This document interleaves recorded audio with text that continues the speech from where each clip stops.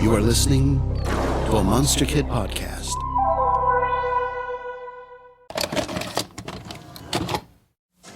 Why don't we rent a video tonight? Yeah, can we please? On a weeknight? Yeah, come on, Mom. It's okay. Sure. Come on. Let's throw caution to the wind. Put a little weekend in your week. Rent a video. Hello, everybody, and welcome to a very, very special episode. I'm Brandon. And I'm Joseph. And we at Varicon Video have teamed up with that tantalizing trio of cinephiles with Come on Their Feet, Aliens Watch Them Fuck. They are Random Movie Roulette. Oh. Hey guys. What's What a better up? way to describe us. Thank you. Although I don't I have chills. It would be unfortunate for people who aren't familiar with us, and that's the first impression that they get of us. Yeah.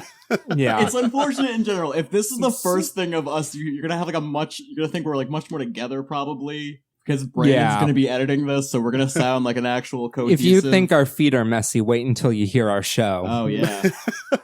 I have to say, though, Lewis was watching, if you've ever seen it, those SNL sketches where they talk to alien abductees, and Kate McKinnon is this one alien abductee that gets really screwed over. I feel like we as a podcast are the Kate McKinnon of alien abductees. No, we're the shitty aliens. When aliens watch us fuck. Yeah. Like, yeah. That was an amazing analogy. We get dropped off in our boxers at Long John Silver's after an anal probing. Or is that but at just least you we got when fish you're... sticks. Yeah, there you go. Some Dr. Pepper on the side. Yeah, exactly. So, guys, we're really stoked to be doing this with you. Thank you so much for... Yeah, we're really happy to be here. It is our pleasure. Our pleasure. I mean, we all love your show. Big fans of your show as well. I have been for a while, so... Great. Doing great things. So we all listen to each other's shit. Yes. Yeah. This is great. I know this is pretty cool, like Monster Kids Unite, to bring our listeners this exciting double feature. You know, two rentals are always better than one. Isn't it nice when people actually listen to your podcast? Yeah. Yeah, it really is. We finally confirmed that we have two listeners, which is great. Yeah. Is that feeling like you're walking downstairs and you see presents? Oh my God. I think you guys even made the point that all of your patrons are like have their own podcast or something like that. Yeah, it's exactly that. Yeah. Or like they're like my fucking mom or something. Like it's Yeah. I can't even get my mom to be a patron. I've been trying to push her for months. My parents asked to listen to the podcast once and they haven't since. I've told almost everyone I know no. They hear like all the good stuff Lewis is doing, like Tribeca and everything, and they're like, wow, that's you sound very professional and mature. They don't know that there's no way anyone from Tribeca actually listened to our show. Otherwise, there's no way it would happen. I'm glad you got those credentials, man. That's awesome. Yeah, no, we're stoked about it. Yeah, we are. But we're stoked to talk about these fucking movies. These are going to be great. Yeah, and I like how they kind of they reflect the styles of both of our podcasts well, because you do like old throwbacks to like video rental nostalgic favorites, and then we're just like the two most just random, like it's part of our title. It's just the most random in genre, in quality. You had the perfect way to just work the title of our show naturally into a sentence, and you didn't do it, and it was really This is a roulette of random movies. Oh God.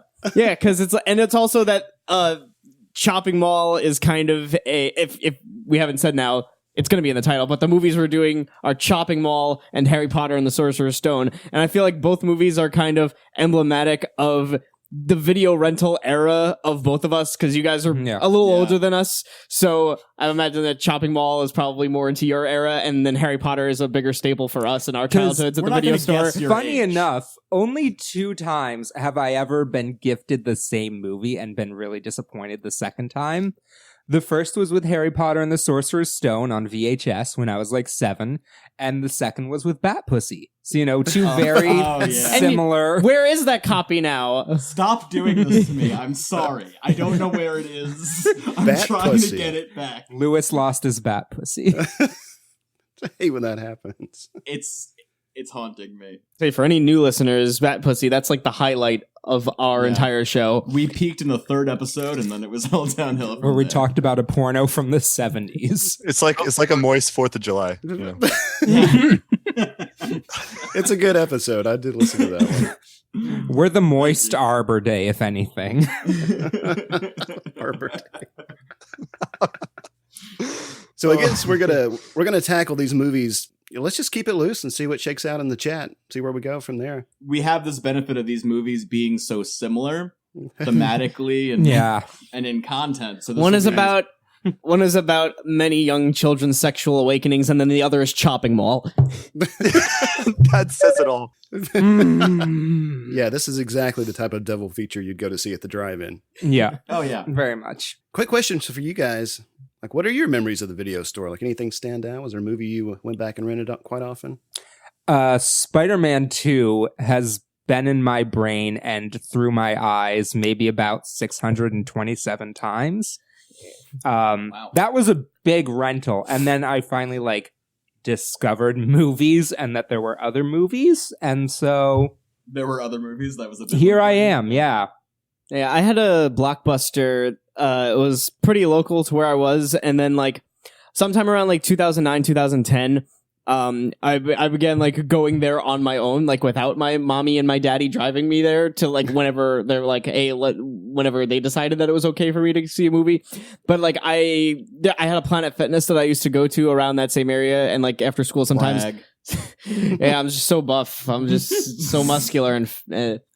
But I would come home from school and I would walk from school to my Planet Fitness, and then on the way there was the Blockbuster, and every so often I would just stop in and maybe not even get stuff, but I was just look around, see what they have. Sometimes I would buy their the pre-owned movies, and and they came in, and the Blu-rays they didn't have Blu-ray cases, they had just DVD cases, black DVD cases that they just put the Blu-ray in. Yeah. And it was it was disproportionate to the size, so I would always order real Blu-ray cases off of Amazon for 50 cents and then just put the covers in those. Would you smush them down so that they would fit? No, because they would put the actual sized Blu-ray covers around it, and then they just put a blue border around the DVD covers. But yeah, I remember when that Blockbuster went out of business, I went there during their going out of business sale, and I bought a bunch of cheap Blu-rays for $5 each, and I bought a framed Dark Knight poster, the one with Heath Ledger, the Joker outline. I still have it in my room to this day. If you look behind Joseph, he's got the Joker on the wall back there. My iconic man. But yeah, that's kind of, I do have not necessarily a nostalgia for the video store, but yeah, just kind of going there, even if you didn't not maybe not so much in young childhood, but more so in my later 14, 15-year-old. And then once Blockbuster closed, I kind of that's when I kind of discovered it, actually just on my own, and not just we go here every now and then to get whatever new Disney movie or Harry Potter movie that comes out there. Mm-hmm. But yeah, it was it was just I do sometimes even today I'll just go to Best Buy or Target and just look at the Blu-ray, look at the Blu-rays that are on there, and maybe I'll buy one, but not all the time. I mean, I love buying physical copies. Yeah. It's ingrained in me now. I don't own any. I'm kind of glad that digital is going to become the future of movie streaming, because because that means that there's not going to be anything new physical wise after Blu-ray, so that I don't have to update my whole collection with a new format. 4K Blu-ray is not gonna. Oh, 4K Blu-rays are sticking around, I think. They will, but they're not going to become the dominant thing. Yeah. No, I mean, I think there's going to be a format leap. 8K will come out relatively soon, so it's going to be a weird between. It'll be a format, but it's not. Yeah, I used to go to my Blockbuster all the time. I loved it very much. I was always either at the movies, and if I couldn't go to the movies, I'd be like, "Mom, drive me 5 minutes to the Blockbuster," and then find an old Godzilla or something like that, some weird shit, because all the new stuff was never there. Everything that was current that I wanted to see, I could never get. So I would always just go and dig through all the old weird shit, Death to Smoochie for some reason. Oh, God. Did you guys rent your first rated R movies from Blockbuster? I think I rented the unrated Scary Movie 4. I remember me and a group of friends when we were 13 renting Superbad, which was another movie that we had suggested for this episode, but didn't end up going with. But yeah, that was... Yeah, for me, I rented like Terminator 1 when I was 12, and then that was... There you go. Yeah. Nice. A very mature choice. Very. Jack has had Jack taste his entire life. I can tell. It's always been fucking fedoras and James Cameron. There's 30 different exes who still can't get Jack taste out of their mouth Oh no! and their palate. That was amazing. 60 of them. This is what you get with us. What were you saying, James? I'm sorry. I mean, Brandon, sorry. I'm going crazy. My boyfriend's roommate's name is James, and you kind of look like him. So I was like, wait a minute. Okay. I was like, is there a sixth I person? almost looked behind me. I was like, what the fuck? James Sorry, Dean? shutting up now. I remember seeing Chopping Mall at the video store back in the day, and it was one of those titles where the artwork I knew was going to be way cooler than the movie itself. I didn't actually see it until probably a year ago, and it was not what I expected at all. I mean, there's no chopping. There's no chopping. Not in at this all. That is what I thought was. Saw blades were gonna shoot. Yeah, out I of was- It's their really mouths. unfortunate. I was kind of expecting it to be like a slasher movie. It would be like an axe murderer as the villain, but yeah, no.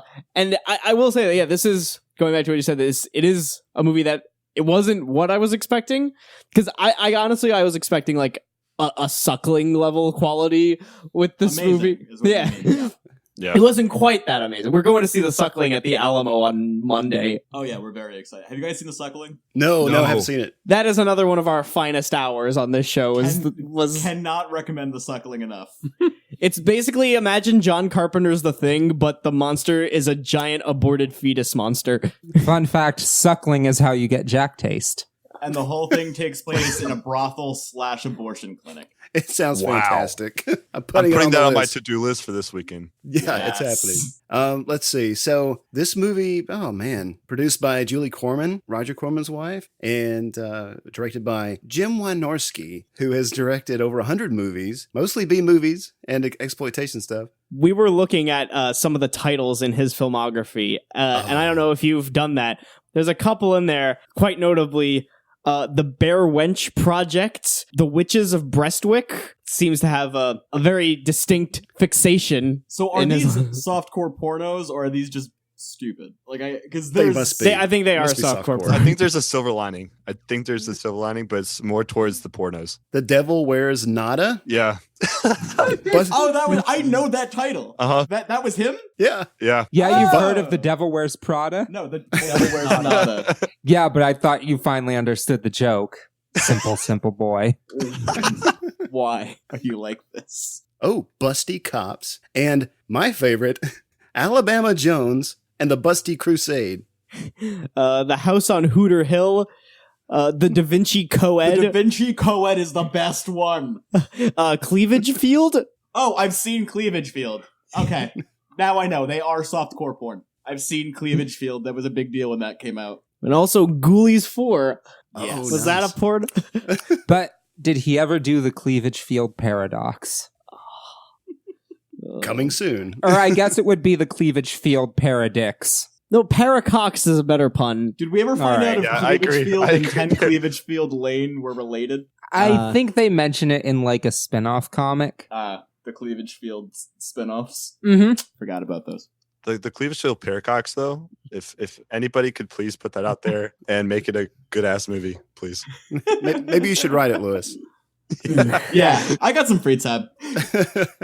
The original title for this movie was Killbots, which is a little more accurate for the Appropriate, yeah. for the theatrical release. I didn't even know robots were going to be in this movie. Yeah, same. Chopping Mall, like... Yeah, because like on the poster, you see this shopping bag with this biomechanical hand holding it and dismembered body parts in it. We don't get any of that. So Best tagline for a movie where shopping costs you an arm and a leg. and I don't think anybody loses an arm or a leg in this movie. No. Right. Someone gets their head blown up, right? That's the thing. There was one exploding head for the Yeah. for the drive-in totals. Are you going to do drive-in totals for this movie? I thought about it. I just didn't have time. I don't blame you. Your Joe Bob impression is one of my favorite things ever. Oh, thanks, man. I appreciate Yeah. it. Look at the theatrical poster when you get a chance. It looks like it kind of looks like a demented version of Short Circuit, and the Killbots logo looks like a heavy metal band logo. Oh, wow. What was the name of the robot from Short Circuit? Johnny Five. Johnny Five. So that was another like blockbuster rental for me. Oh, yeah, Short same. Circuit. Yeah. I feel like I watched the second one more, which is not as good. I would have no idea if I watched the sequel or the original. Were there like 3? I think Or they're just it was two? just 2. Yeah, I think just the two. Yeah, the film real reviews, I looked this up. They were like, this movie couldn't scream the 80s anymore unless it had a montage in it. The hair, the clothes, the bad synth music, laser beams, horny teens, shopping malls, and killer robots. It's all here and a pure cinematic cheese. That's basically it. Yeah.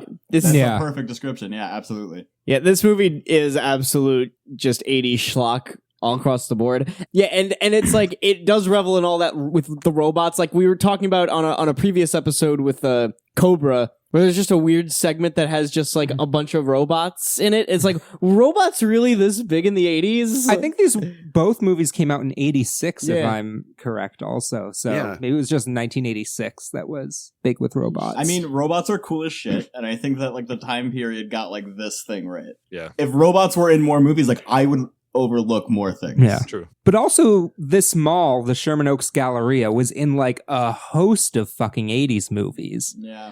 Like, Oh, yeah. if you recognize it, it appears in Fast Times at Ridgemont High, Valley Girl, Night of the Comet, Commando, Back to the Future 2, Terminator 2, Phantom of the Mall, Eric's Revenge. I don't know what the heck that is. Oh my god, Eric got revenge. Inner Space and Walk Like a Man, and then it returned for the 2011 film Crazy Stupid Love. For whoever remembers that movie. That was a good movie. It's a charming film. Yeah, I liked it. I think they shot this movie in like 20 or 22 days or something like that. And, Jeez. but I would disagree about something, Joseph, that you read in that film review. Mhm. Is it bad synth music? I love this soundtrack. The doctor and when they show like the lightning strikes and all that, and then like the little suspense scene, beautiful job. I thought I was going to piss my pants. Like they did a great job I with mean, the whole action. There are actually well-crafted elements of this movie. Like I was kind of expecting it to just be bottom tier schlock, but it's like I'm surprised that the score is actually like it's legitimately good. It's like a solidly produced movie, which I also was not expecting. It was cohesive in every way. It drags at parts, but like it's got the story. It has characters that are like that are all the same. no. I'd say like There's they like have there's four there's 4 couples. 3 of them are the hot jock and the sexy lady who fuck, and then the other 2 are just like the nerds. I mean, can we also say that there were some nice tits in this movie? Oh yeah, definitely. Yeah. Right. And there were like some good knee slappers too. Even Jack could say that. Yeah, they were sizable. Like when I go on Amazon and I see fake tits, that's what those looked like. And I was like, good, you meet the plastic standard. I have watched movies with Jack where tits will come on the screen and Jack will just be like, I don't get it. So this is actually, this makes a lot of, this is like progress. I mean, maybe I progress, do like, you get needed to it, do this, but but, like We're turning him back over. Like, we hope that just spending time with us, he would just come I mean, back I've dealt over. with my fair share of man tits, so I guess it's not that I don't see get mine the every fun. day. Yeah, exactly. But I'm not like crazy for them, you know. I don't need to justify my sexuality to It's you over understandable shopping given your mall. Guys, I think we have a topic for a new podcast. Why is Jack gay? You know what's funny? When I watched this movie, I watched it with the test pattern commentary, like over on Patreon. Oh, I wish I could have. I wish I could I have. didn't know there was a test They pattern did one? commentary. Yeah, it was. Now I we think have to watch it again. It was their second one, I think, that they did sometime last year. Yeah, it was pretty good. It's Wow. pretty funny too. They're fucking great. I will listen to them talk about anything. But yeah, I mean, this film definitely had some serious giggles. Like, for example, when Susie was killed, we all thought that the gasoline tank in her hand blew up as she was doomed in a ball of fire. But we were wrong. The gasoline can was still there, and I laughed my ass off. I was like, I knew that was going to happen. Mwahaha. And then when Ferdy got hit with the oxygen tank or whatever the fuck that was, No, he hit the ground. Yeah, I had some legitimate laughs in this movie. Some of them were at the movie itself because of how goofy and ridiculous it gets. But there is, in a scene that I want to highlight a little later on, actually does have some pretty good delivery and like editing choices that are intentionally funny. Yeah, There's so- the one part where there's a girl who's like burning to death, and her other 2 friends are like hiding in cover, and she's burning to death for the longest time, and she just keeps like looking back at them, like guys, help me. And then they just keep cutting back to the other girls, like, they're like shaking their heads like, I'm not fucking... Yeah. To be fair, Barbara Crampton probably ended up with the best career of any of them after this movie. So, oh yeah, absolutely. I found it pretty funny. Like right after the main title sequence in that little self-contained sandwich shop, and the chef is wiping grease off of the spatula on his shirt. Oh, that is the grossest man I've ever seen in a movie. Like who? He has no apron. He has no credentials to work in this like 50s themed diner in this restaurant in this mall. He is like the awful Italian stereotype that you do. Yeah. So It's like, that hey, horrible get impression. out of my pizza shop. Me about it. And he just wipes the grease off of his tongs onto his shirt, and it's like, and he's gonna put that back on the food that he's gonna serve the people. Like, Gonna fucking make a pizza, eh? Get out of here! Come on, get it while it's hot. And then you got that guy sitting over in the corner, and they're talking about, hey, yeah, just watch out for that guy. He tries to get some skin. He's that orca. This movie, God. Gorging his mouth. I'm just like, dude, just stop. this movie does not like fat people at all. Those girls like riff on how fucking fat this guy is for like 5 minutes. They're like, anyway, so this fat sack of shit's just piling food in his mouth the whole time. And his famous line, "Waitress, more butter." yeah. Yeah. Jeez. Gosh. God. Let's back up just a little bit. I want to talk just briefly about this opening credit sequence, because of course it starts off with this fake commercial for this series of Protector robots, and then we find out it's part of a presentation for the employees of the Park Plaza Mall. Yeah, I didn't realize that, because when the movie starts and it's showing this jewel thief stealing necklaces from this shop, and then the robot goes and kills him, I thought that was just our setup. And then when the end credits come up, I was like, that could have been the end of the movie. I would have been happy. I would have been satisfied. And then it cuts and it shows that it's a video presentation. But yeah, go on. But, I mean, it was kind of the same type of, it reminded me a little bit in a weird way of RoboCop, because they have to present this this really terrible robot to this people, and really sell them on the idea like why this is going to be good. And they're saying, oh, it's going to be the safest mall in America. And somebody's like, oh, how do they know the good guys from the bad guys? Well, looky here. You just show them your little security badge, and then the guy's like putting it like right up to the face of the robot to demonstrate. This one guy in the audience says to his wife, he says, "They remind me of your mother. It must be the laser eyes." Oh, but not only that, but that same guy then says that one of them has an unpleasantly ethnic quality to him. What the fuck does What the that fuck even is mean? that? I wrote that down in my notes. I'm like, And then after that, he says maybe we could use some of these robots in our restaurant to get rid of the people that we don't like. This guy is a true trumper. Like, This guy he has wants to some- build the wall and use the robots to keep out the people from coming in. he was probably a part of that locker room talk, guys. Oh yeah. He was on the bus. He was on the bus. We're gonna build a wall. It's gonna be it's robots. It's a national security emergency for this mall. It's gonna be huge.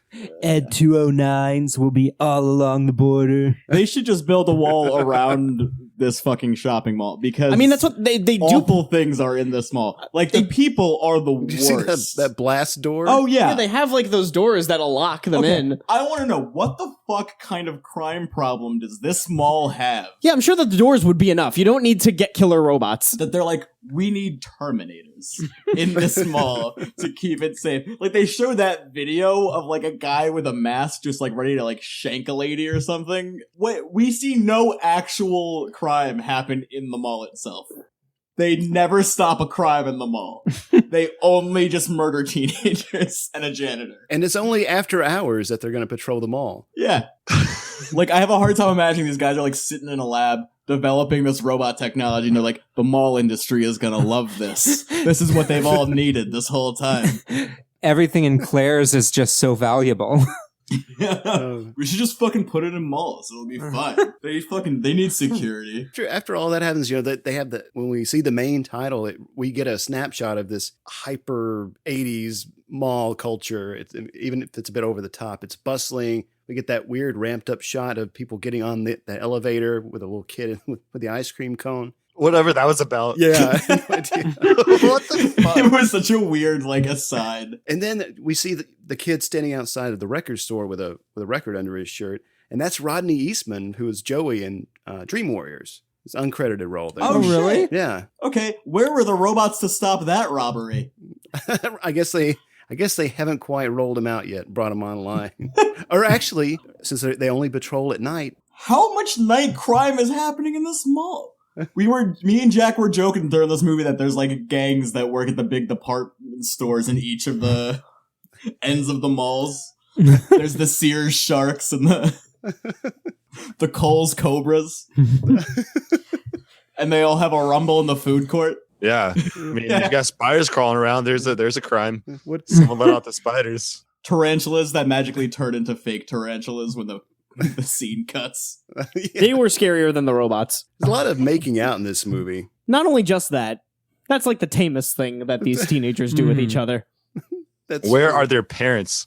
Well, There's that one girl's like dad. 30, so I mean, Yeah, and also that one girl's dad, who owns that store. When the boyfriend who's constantly chewing gum goes to his girlfriend, and he's just like, "Oh, I can't wait for tonight." And then her dad just walks in. He's like, "What can't you wait for?" dude, Just in that way too protective, creepy way. Yeah, because that conversation ends with the dad says to his daughter, make sure you lock up and everything. And she says, "Oh, yeah, I'll take care of everything." And he's like, "I'm sure you will." And looks at the guy and he's like, chewing his gum. Yeah, the gum acting in this movie, incredible. It's amazing. Yeah. It's absolutely amazing. And then Rick is with his girl Linda right before that in the car scene, and he's like, "Okay, Pooch, I can't resist it when you get tough." God. Who says that? You know what I don't get? How the fuck do those two know the other teenagers? They show up at that IKEA party. I think there were just gunshots outside of our apartment. We're joking. It was like a garbage truck, very much. The garbage truck does not come around at 9:30 at night. I don't know. It was not gunshots. It might have been gunshots. It's too much of a thud. Anyway, we live in the Bronx. Sorry about that, guys. Lewis, go to the window. Check if it's gunshots. All right. Use your dog cam to see it. Be really close to the window. Make sure the bullets can see you. Wave a flashlight. Just lean out and yell, "Hey, did you just shoot someone?" We live in a very exciting neighborhood. So these guys, they're like in the furniture store. So we got like Ferdy and Mike and Greg. Oh, God. And one of them makes the comment that, "Hey, you're becoming a real candidate for prickhood." Like, what kind of... That's almost as bad as the Plumbers Foundation of America. Oh, yeah. What episode was that from? Well, that was RoboCop, wasn't it? That was RoboCop. Yeah, that was RoboCop. Yeah, there was a joke about the police were going to strike, and the sergeant's like, "Oh, we're not plumbers, we're police officers, and police officers don't strike." Right. We're like, well, plumbers? When was the last The time plumbers strike. The Plumbers Union, guys. Meanwhile, a shout out for Richard Linklater's next feature film, Prickhood. Prickhood, yeah. Prickhood.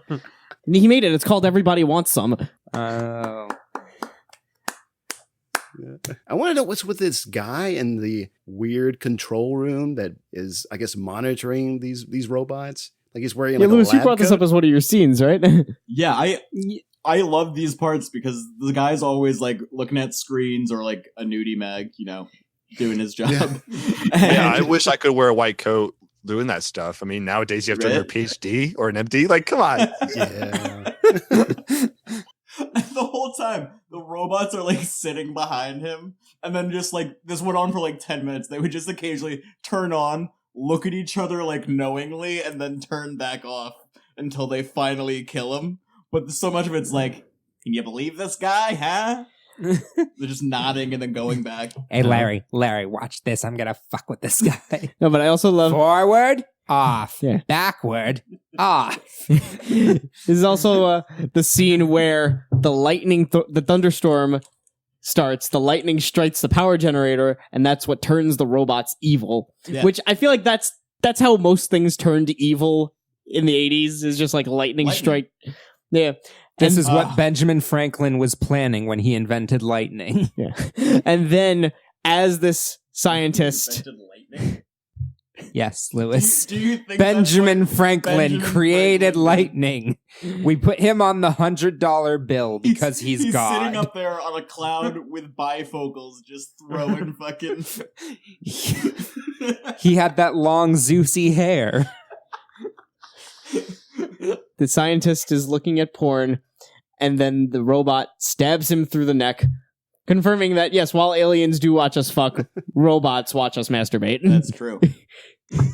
Oh god, great graphics by the way. That was a good throat slit. Oh yeah, there was like a certain like puncture that one of the necks had when the robot attacked. I don't know if it was the janitor, but it had like the specific like cuts of their claw. Yeah, I think it was the it wasn't the janitor. It was one of the lab techs. Yeah, because then when they attack the guy going to get cigarettes, they just like rip his throat open basically, Yeah. and I'm like, oh, Efficient, okay, but yeah. messy. This is a weird little motley crew. I'm really surprised that these guys are even friends, because you got that gum chewing jock with the Patrick Swayze hair, and this guy that looks like Martin Short, And then it's just some nerdy ass guy who's, while they're all fucking, he's just sitting in the corner with his girlfriend watching like shitty 50s horror movies. yeah, he looks kind of like the Wizard Master or something.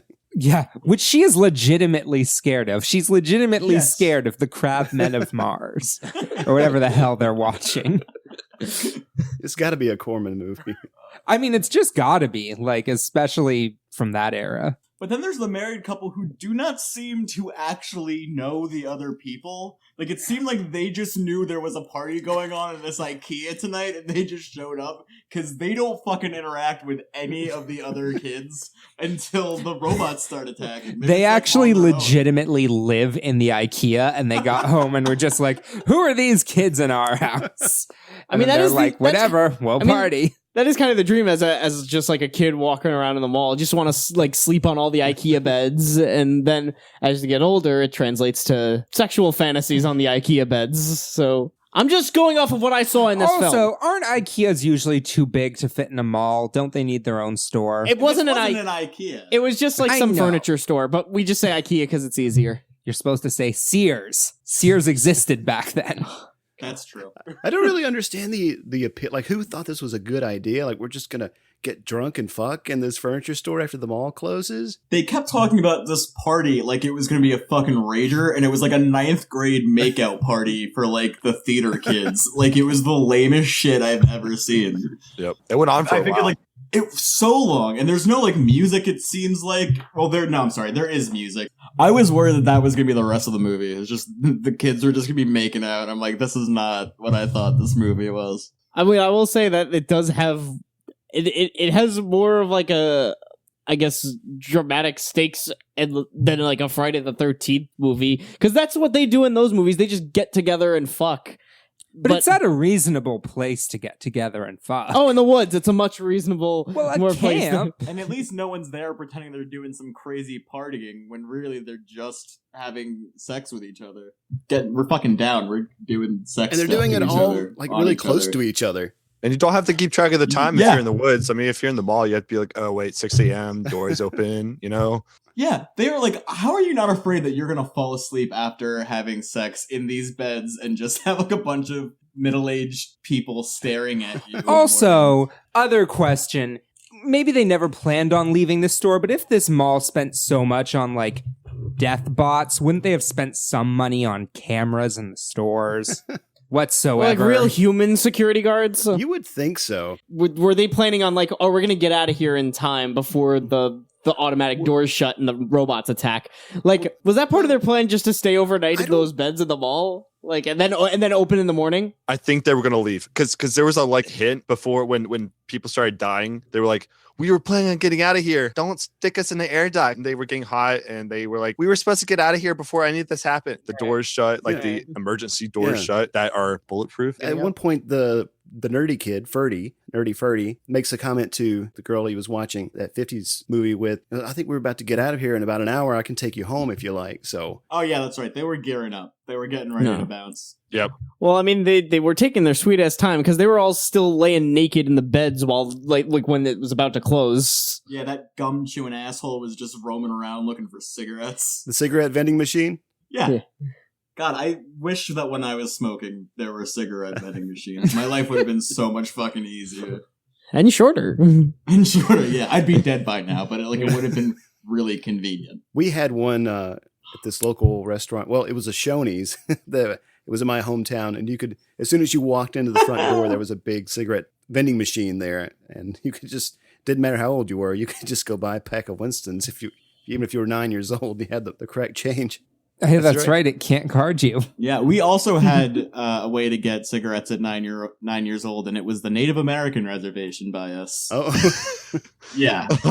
You went to Billy Joel for alcohol and Native Americans for exactly. cigarettes. I knew my audience. I knew where to find what I needed. Billy Joel and Native Americans. did you notice this? That the sporting goods store was Peck and Paws? Wild Bunch reference. Lewis just choke on his beer or something. Okay? I'm fine. I'm all good. Before we get any further, before we get into the robots actually killing the teens, I do want to bring up a very crucial scene when the robot aside from the scientists, the robot makes its first kill. And that is, there's a janitor cleaning up vomit in the mall area. Doing his goddamn job. And he's also getting berated by the other janitors, like... The janitors are like, look at this dumb fucking idiot It's like, doing what he is. Yeah, it's like, this is your job too. You're not above this guy. Yeah, really. Like, this is still what your position entails. You're no better. But then, like, the robot comes up behind him and knocks over the bucket. And then he just looks at the robot like, hey, what are you doing here? Get out of here, you dumb robot. And then the robot launches its taser at the liquid on the floor and electrocutes the poor janitor. And then, my favorite line reading in this film, as the janitor's dead body is lying on the ground, smoke emitting from it, we're still lingering on the janitor's body, and yet it transitions into the next scene when the kids are still in the IKEA mall, and the boy says to his girlfriend, he says, smoking is bad for your health. And we're still looking at the janitor's dead body smoking on the ground. At that point, I was like, I am so in for this movie. Yeah. And hey, let's all be honest though, the effects were great. Oh yeah. Yeah, they were. The skeleton electrocution effects. The good old Palpatine special. Yeah. Yeah, like when they're being electrocuted and like the robot laser attacks, like they look very added in post. But like a lot of the gore and practical stuff does look pretty good. They look about as good as Star Wars, let's be real. I mean, probably Star Wars at the time. They haven't had the George Lucas special edition of Chopping Mall come out yet. I'm really surprised this movie got a Blu-ray release and like a proper restoration. Yeah. Who did it? Do you know? Vestron. Oh, okay. It was their first release on Blu-ray, actually. Oh, wow. They've also released another favorite of ours, Maximum Overdrive on Blu-ray. I fucking hate that movie so goddamn much. I was held hostage by that movie in a theater. Just the worst. The worst goddamn thing that's ever happened to cinema. It was, okay. I don't know. We didn't walk out of that one like we did the other one. I felt like the programmer of that festival was standing outside the theater with a gun. Just like, if you try to leave, Maximum Overdrive. And then when we went back to the festival next year, a marathon or whatever, he kept joking, we're just going to show Maximum Overdrive. So, I conclude that motherfucker knew that movie is a god-awful piece of shit that no one wants to sit through. He made us all watch it anyway. I'm sorry, you can cut this out. I'm just very upset. No, I feel like this would be a perfect Dismember the Alamo movie. Like, this would be... this would be, yeah. You have an Alamo near you guys. Have you gone to Dismember? I haven't gone to that one yet. Oh, yeah, it's the yearly Halloween marathon. And everyone has a better one than ours because ours we just have like our guys just show fucking Sleepwalkers and weird shit from Sleepwalkers was oddly enough the most fun we had during the whole. I liked Of Unknown Origin. Yeah, all right. I fucking hate that rat bullshit. I think Town That Dreaded Sundown was definitely a screw over. You know what? I was thinking that this movie, it reminded me a lot of the same feelings that I had when we saw Dolls. It is a stupid, schlocky, dumbass movie. Oh, yeah. But it is fun as fuck. It's so much fun. Yeah. It's a blast. Just shout out to that janitor, Dick Miller, who was in every freaking thing ever. Yeah, this guy, I've actually looked up, this guy, he recently passed? He did, January 30th. Of 2019? Age 90. Poor guy. He was born in the Bronx, too. I wonder where he was born. On Christmas. What a man. I mean, the fact that he lived that long out here. Yeah. our hometown hero. But no, I looked up his character's name in the film is Walter Paisley, and apparently he has played this same character across many movies. It's not literally the same character, it's just he has played characters with the same name across many different movies, but they are not related at all. I'm looking at his filmography right now, and I just scrolled down.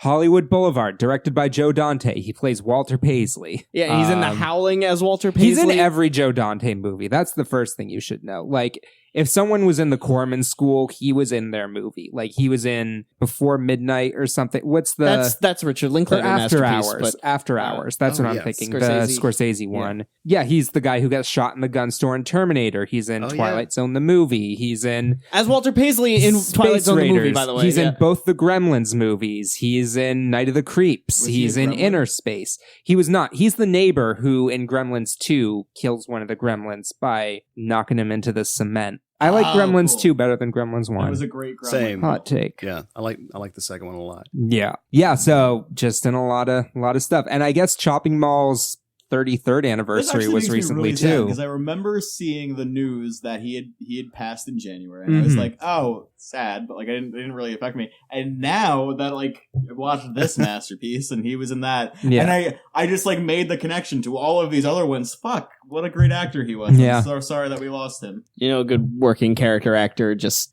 because nobody really knew who he was, but. Yeah, it's like one of those like I know that face kind of guy. Why am I? Yeah, exactly. Like, did you notice like in that scene, like he's got like a short sleeve shirt on, and you can see like these really killer tats that he's got. Oh no, I didn't notice that at all. That's awesome. He was in the Navy, I know, so that's maybe where he got him. But I was gonna say I was gonna compare him to Harry Dean Stanton, but he never even really had a role as big as Harry Dean Stanton ever got. But still, just one of those faces that's in everything. But like just like in like the kinds of movies that like monster kids love. Like he was just like a pure like monster kid character. Yeah, I felt like I probably wouldn't have even known about it if I hadn't. Great, now there's a train. He lives right near. We've got trains station. too. Don't worry. We have trains and gun violence. Yeah, I think we were doing the Twilight Zone episode, and gosh, that took us forever to do because there were trains, every car without a muffler was driving by my apartment. Oh, God. My neighbor was doing laundry. A one-man band posted up. Yeah. So then in the scene after the boyfriend goes to find the cigarettes, he ends up getting killed by the robot. The girlfriend is concerned. She goes to look for him, finds his slit throat, and then as she's running away from the robot, it is then revealed that these robots shoot lasers. And then shoots her right in the face, and her head explodes. We knew tasers and we knew sleep darts. That they had the technology for lasers. Star Wars ass lasers. Oh my gosh. And then they're chasing the other teens, and the teens, they're still running around the IKEA with the blankets covering their tits. I'm like, there are robots shooting at you. It's fine. You could drop the blanket. That is not your primary concern right now. The robots' lasers will go through the blanket. It is not a protection thing. It's not like the robots are going to cover their eyes. It's like everybody there has seen them naked anyway. Yeah, you're fucking 3 feet away from each other. Like while you're modesty fucking, is a joke. You shared a fuck room together. Yeah. There is no more shame and personal. It's actually a fuck Sears. Yeah, is what we call it when it closes down. And then the robots are chase them, and the men push the women up into the air ducts. And there's this one great line where one of them pushes the woman up into the air duct, and he's like, "I'm right behind you," and she's like, "As usual." That is a sex joke. Even while they're getting shot by robots and watched a couple of their friends die, they're still lighthearted enough to make jokes about how he takes her from behind. Oh yeah, no, people are willing to die for like shitty one-liners throughout this entire movie. Even at the end, when like the last girl is about to take out the robot, she pauses. Like the robot's not far from like being able to just move out of the way, and she pauses for like 5 seconds to like quote the robot before throwing the flame at it. The whole thing could have been so much worse if she waited like an extra second. Yeah, that's true. I love that bit where, like at the end, like after she destroys the robot Terminator style in the paint store, and she's even got that Sarah Connor hair and everything. She sees who was it? Was it Ferdy? One of them, and he's got this roll of toilet paper to his head where he's been bleeding, and he's just, I don't know. There's just something about that image. Poor fucking, like, everyone was so terrible to him. It was really, really awful. What about the sporting goods store with all these fucking guns? Yeah, they just sell. I mean, Trump's America, Yeah. right? this is why we need Reagan's America 2, Electric Boogaloo. Yeah, this is why we needed guns to protect ourselves. This is good guys with guns. Oh my god, they would not give up on the idea that, like, Guns would save them. Yeah. The guns have no effect on these robots. Like I said, they need to be. These robots were military grade, not mall grade. Paul Blart. Yeah, they're meant to thwart terrorist action, not like muggings in a mall after dark when no one else is there. Like when you have a 12 gauge, an M16, and a fucking pistol, you'd really think that's gonna do something. I am wondering if the lightning gave these robots the heightened strength. These robots said Shazam and turned into Zachary Levi's. I'm just like Chucky. Levi's, like Zachary Levi's jeans. Like you said, Levi's, like plural.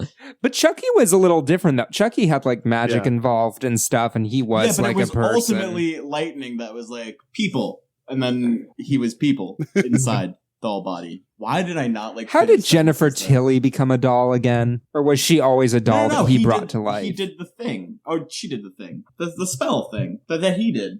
She did the same thing, but with a. Okay. Because wasn't she like a Charles Manson style like groupie for Charles Lee Ray? I think so. The idea. It's been a while since I've seen it. I just remember Seed of Chucky, where Jennifer Tilly played Jennifer Tilly. And Dude, Tiffany. Seed of Chucky is a hilarious movie. I admit I've never seen insane. it. Dude, it's not good. I haven't seen any of these movies, so make that clear. Seed of Chucky is just that's the first Chucky movie I've ever seen with Seed of Chucky. Okay. Nice. And it's got like this just like they're very like gender confused son. Also very progressive as far as like really for politics non-binary horror movie characters. Yeah. Absolutely. And it's like firmly, like they're not like making fun of it. Like the kid is like the good guy, kind of. And she, like just they well, them pronouns. Well, they're like fluid. Like they went back and forth a lot. True, but I feel like in modern times It was we can I'm use sorry, them. weird. This is not It's the movie fine. we're talking about. Anyway, Seed of Chucky, check it out. yeah.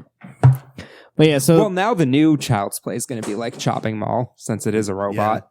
Oh god, yeah, you're right. Brandon and I were actually talking about that. We think it's going to be a load of shit in basic terms. I mean, just to compare it to the original, but maybe they can bring it back. Comes out on my birthday, so it's my birthday load of shit. It's really gonna be a piece what of day? crap. What day is that? June 21st. Oh, I think that's also the same day as Toy Story 4. It is. We will see both. They probably planned that That's a great marketing double wise. feature, Yeah. It actually has a very good trailer, though. Yeah, I'm just like I feel like the only thing that made Chucky scary was that like people was inside there, and if it's just robot, who gives a shit? I mean, it was scary when you didn't know, and then like when his head turned around, it's like that's funny because Brad Dourif's just freaking awesome. Oh, Brad Dourif's the man. Yeah, I really hate that he's not going to be a part of that one. Yeah, and so does he. So as we discovered that the bullets do not affect these robots, but what does Way to go. is Back to this. We got is yeah, what does kill these robots are propane tanks. Apparently, which there is This an little abundance of in the Yes. small. They find so many explosive boxes. In So much so that they, after they kill the one with a propane tank, then they set up a whole rig where they put propane tanks onto the elevator and then trap one of the robots in. And then, like, this dude does a Jason Bourne, jumps off of the elevator onto the next level. Yeah. Yeah. And then, Yeah. It was invented in Chopping Mall. This was the first appearance. but then again, if we want to talk about propane tanks, the first scene with propane tanks, the fucking robot resurrects. Oh god, robots should not be able to come back to life in this movie. no, yeah, because at the end, okay, so they got that first one, and then the second one with the elevator, and then at that point, there's just one robot left. But then by the end of the movie, there's two of them again. I'm like, wait, which one of these survived? Was this the elevator one? Did that survive? Because we never saw either of them come back. It was Like, the first one. Well, it got difficult to keep track of. It was definitely like they were shooting this movie and were like, we only have 45 minutes of usable footage. Let's bring another one back to life so we can keep this shit going. With their budget and their tight shooting schedule, I would be surprised. Yeah. I will say though, at this point in the movie is where it kind of becomes a little bit repetitive. Like we just running through stores, running away from the robot. We like shoot at it a couple of times. That doesn't work. And then like we hole up. And then there are attempts in this movie to try to like build legitimate tension and then like have emotional investment with some of these characters, which is something that this movie did not earn at all. It was a dumb robot movie with like stupid teenagers, and it's like I don't think that this movie has the pathos to actually make us legitimately care yet. No, I totally agree. Like the schlock factor like makes up for it. Like I think that it's forgivable. Like you're saying, at the end, it does kind of feel like it drags, which for a movie that's only 76 minutes should be like unreasonable. Like at 76 minutes, you should be flying by. Yeah. But then, like, yeah, at the end, the last two survivors are the two nerd characters. The woman nerd is like runs through the pet shop and then knocks over all the tanks of tarantulas and snakes and is hiding underneath the tables against the robots. But then there's snakes and tarantulas attacking her. And I'm like, at that point, I would have just come out and given up because I'm like, ew, I can't deal with the tarantulas and snakes on me. I would have let the robots kill me. So you would have died because, and I quote, ew. Yeah, because there's a tarantula and a snake on me. I'm like, oh, I would have at least made a noise. That I would have at least done that much. I would have made a noise, and then that would have alerted the robot to kill me. What the? You got to do it Schitt's Creek style. Ew, robot. Oh yeah. Hey, but a fun fact here, they actually built 5 robots.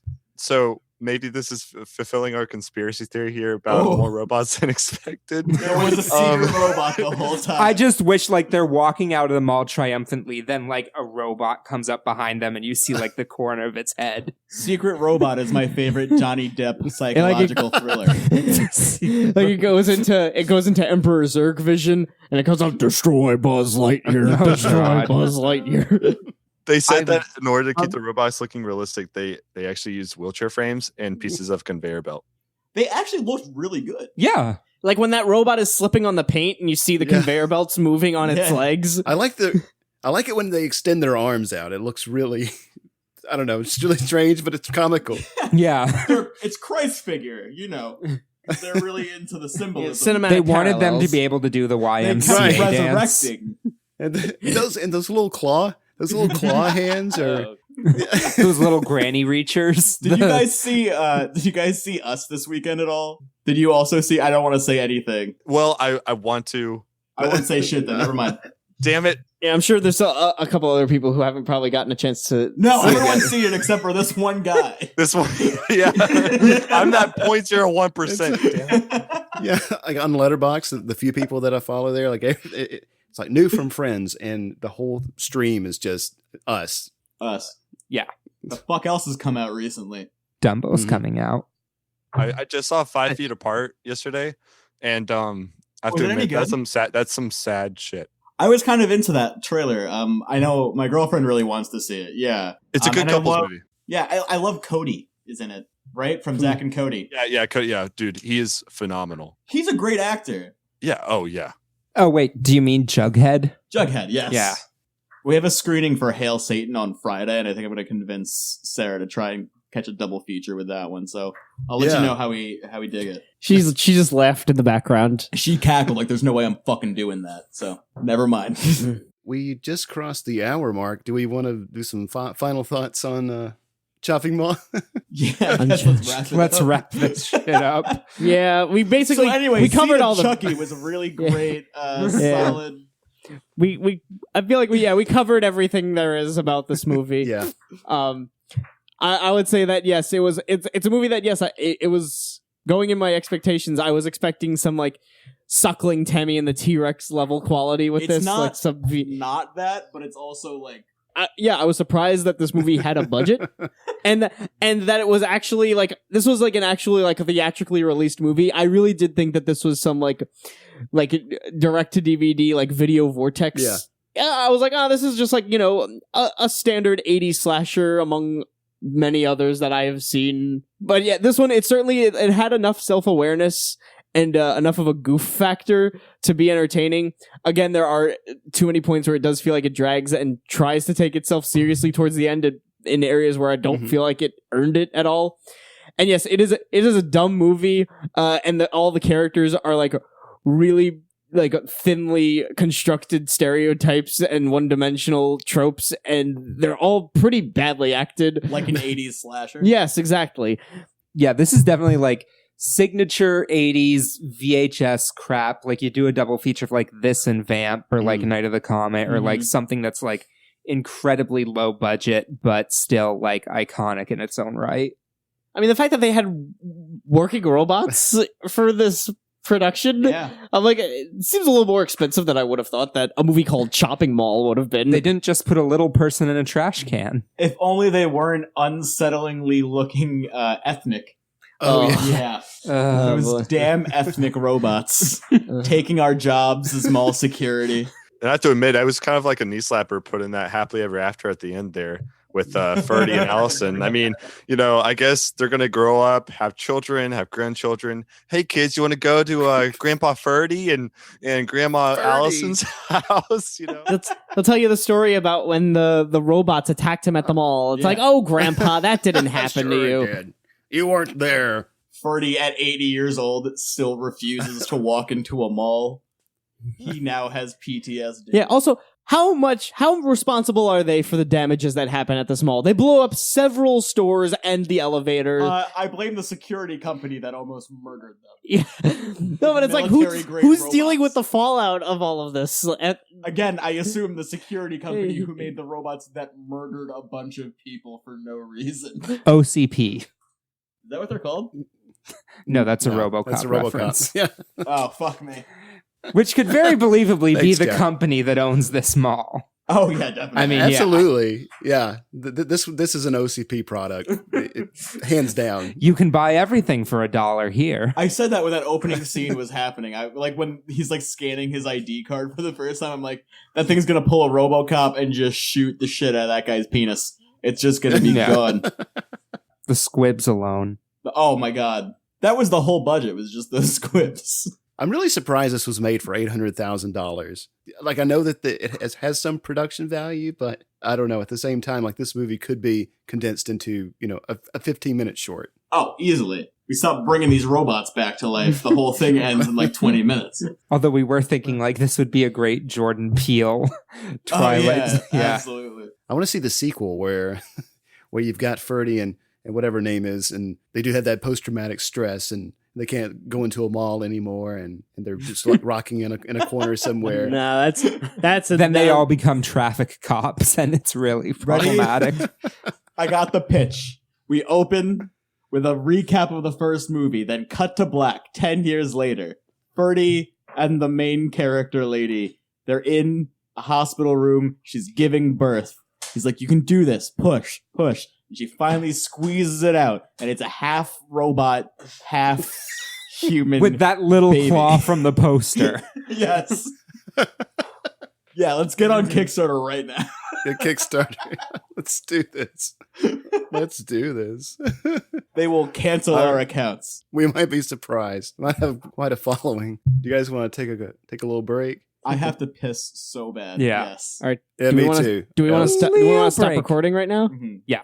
No. Don't Yeah. stop recording. Leave her. Oh, okay. No, but Should we stop Brandon has recording? to go to the bathroom too. our viewers can hear us. You know, they're allowed to have their opinions on us trying to piss. Yeah, though they can handle it. I think we They're should good also people. take video footage. Want to have an on-air pissing contest? Here's what we'll do. Get some Literally. GoPros while you're in there. Us three will piss together. We'll make sure the streams intersect. You guys each take videos of you pissing. We'll play them all side by side, and they can decide who did the best job. Lewis, you're blowing my mind right now. I know. I've never put this much But thought. And my load. You can't cross the streams. Cross the streams. We're going to take a little break, and we'll be back right after this. After these messages, we'll be right back. Time for a few patron shout-outs. A very special thank you goes out to Colin, Annette, Ryan, James, Jonathan, Jacob and Tab over at Test Pattern, and of course Lewis here. Thank you all very much for your support. Keep an eye on your mailboxes, patrons, because we've got a little surprise pack from Varicon Video coming your way. And if you're not a patron and would like to support our show, like these awesome folks, head over to patreon.com/Varicon Video for more information. We also have patrons. We're going to say this a lot less eloquently. Things and stuff that we're willing to give to you, like commentaries. We did a commentary for Rings. Have you guys seen Rings? No, I haven't seen it yet. Yeah, no one has. It's not good. But we've seen it, and it's shit. And our patrons can listen to that. And so thank you to everyone who subscribed to us over there for some reason. And you're probably related to me over here. Yeah. So first up, we got Sarah Goldstein, a woman who lets me, spend time with her, and we make love occasionally, and it's really great and nice. Test Pattern, Jacob and Tab, great folks. Also, we got someone on this very show right here that I'm making vague eye contact with through a computer screen, Mr. Brandon. Thank you very much. The list is gone. There's more people. Serenity Yanko. You want to take that one? We had a very special episode with her where we did a bunch of anime movies for, we did Wolf Children, A Silent Voice, and Makia, the Flowered Brooms. The flowered brooms. Brooms? Yeah. We have Manny McGowan. Yep. He's Hanging also out. been following us probably since day one. Yeah. Joy Brady. Our know. most recent patron is Joy Brady. We've got Annette over there, who's great. We got Jordan. I don't want to forget anyone because I've named too many people, and now it's insulting if I forget people. Cody. How could we forget Cody? Cody is the fucking man. Thank you, Cody, for being the man. James Dean. James Dean. We got Fred. Armando. Yeah. We got all of the Monster Kids and their podcasts following us. They're all the mans, baby. The next movie is a magical treat from our childhoods. And it could be full of gay people if J.K. Rowling says so next week. Yeah. J.K. Rowling could have already made all of these characters gay since we started recording. Yeah, that was our biggest fear. That was our possible. biggest fear, that while we were talking about this movie, J.K. Rowling would oust another character as being gay, and we wouldn't know it because we would be recording during that time. Yeah, we would end recording and then we'd go on Twitter and we would just see like Hagrid was gay. Ron Blue Harry on the Hogwarts Express. We just didn't show it.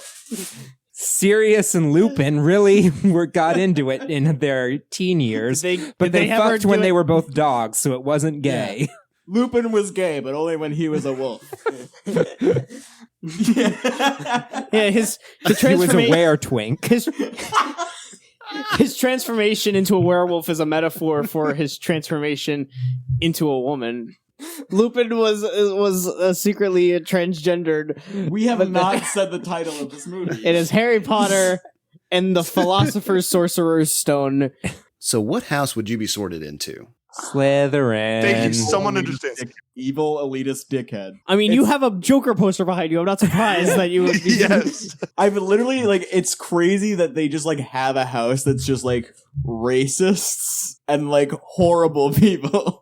That's all of Slytherin. It's like they took Hitler Youth and were like, let's make a house just for these guys. Gryffindor, brave, Hufflepuff, lovable dumbasses, Ravenclaw, smart kids, Slytherin, just complete dickheads. Just the worst fucking people.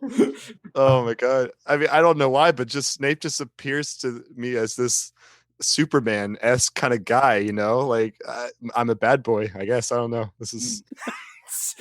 Snape is the real Marlon Brando of the wizarding world.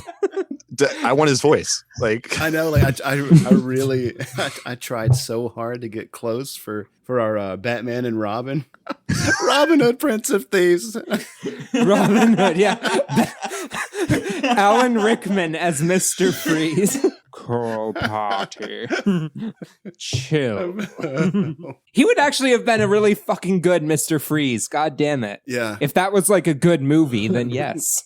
Oh my god, he would have been Yeah. Right? Yeah. He has like the robotic voice and everything. No, he would be a great Zaz. Yeah. He'd be a great anyone. Yeah, Just that's Zaz. true. He was Hans freaking Gruber. He's great at playing Yeah. any bad guy ever. But like, I really felt for Snape when part 2 hit. I guess that's the majority vote. Is like, you didn't really know Snape unless you read the books, and if you were that movie watcher, you didn't really understand the importance of him until part 2, because that's when it. Yeah, well, Deathly yeah. Hallows Part 2, not Chamber of Secrets. Oh, right. but- Yeah. yeah. It's really interesting how much of that character work is laid down here. Like when Jack and I were watching this last night, we were like kind of like joking about like there's no way in hell that she's planning out all this shit. Which apparently, yeah, she did tell. The only person she told about Snape's arc was Alan Rickman. Nobody else knew. Yeah. But it's like that is a thing that he knew throughout the entire series, and like he carried that through Played his it. performance. Yeah. Yeah. And that's the thing, is that everybody knew that there was something with Snape, but nobody knew it other than Alan Rickman. Yeah. Well, there was that 90s rom-com, There's Something About Snape, that I think really drove it home. Thank you. God. I'm also just remembering that he's the only good part of Love Actually. I totally agree with you on that one. But anyways, Alan Rickman. Alan Yeah. Rickman. But yeah, I feel like this is probably a movie that was very seminal to all of us in our upbringings. So I mean, Well, actually, I'm very curious. What relationship do you two have with Harry This Potter material. in general? Yeah. Just like the whole series. Hey, Brandon, you go first. I don't really have much. I mean, I was kind of late to the HP party. I watched the movies, and I had a little brother that watched them, and so I just kind of watched them passively. But then later, a friend of mine said, "Hey, I think you should read these books." And so one summer, I just marathoned the books, and it was one of the best like literary experiences I've ever had. Oh, wow. And then I started to rewatch the movies, and just I don't know, it's starting to get a deeper, richer sense of the world, and was really impressed with how, as a viewer and as a reader, you grow up and mature with these characters, and the tone shifts to reflect that. And I just thought that was really, really impressive. That's such an interesting way to put it, because I think literally Deathly Hallows Part 2 came out as I was heading into like my senior year of high school. Like it was like the summer before that. And I remember just feeling like a really like weirdly like close tie to these movies, because I like went on this like aging. Deathly with Hallows them. Part 2 is your senior year of high school? Yeah, homie. 2011? Yeah. No. No.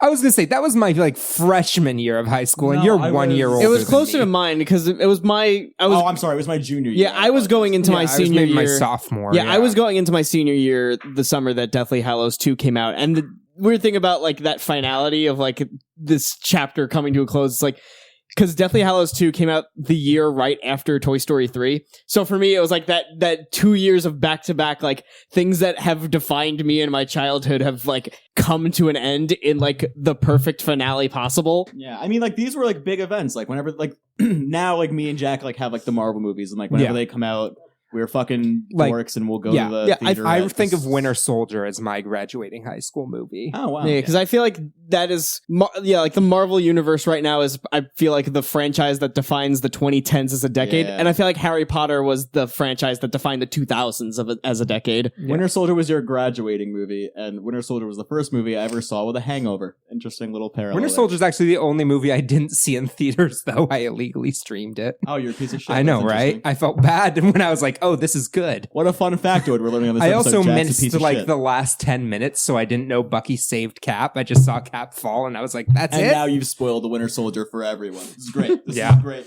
So I grew up on Harry Potter middle school, high school.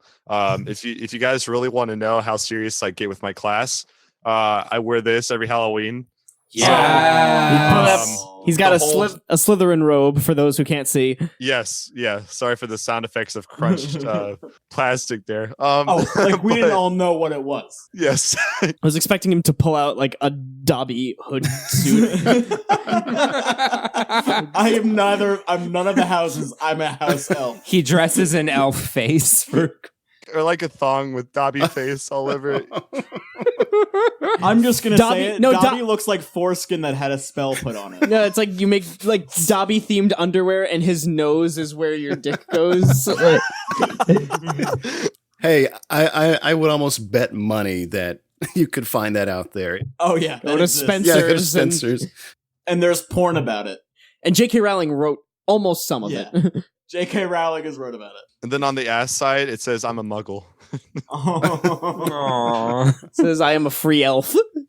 But I do have to say, though, the music is ridiculously iconic. Just how they went with it and what they did in Deathly Hallows Part 2 and the fight scene. Holy shit. Like, you almost just get chills down your spine. If you don't get chills down your spine, there's something wrong with you. So beautiful. John so Williams, I mean, he's the master. I don't know. Did he do the scores for all of the films? He did 1 to 1 to 3, 3.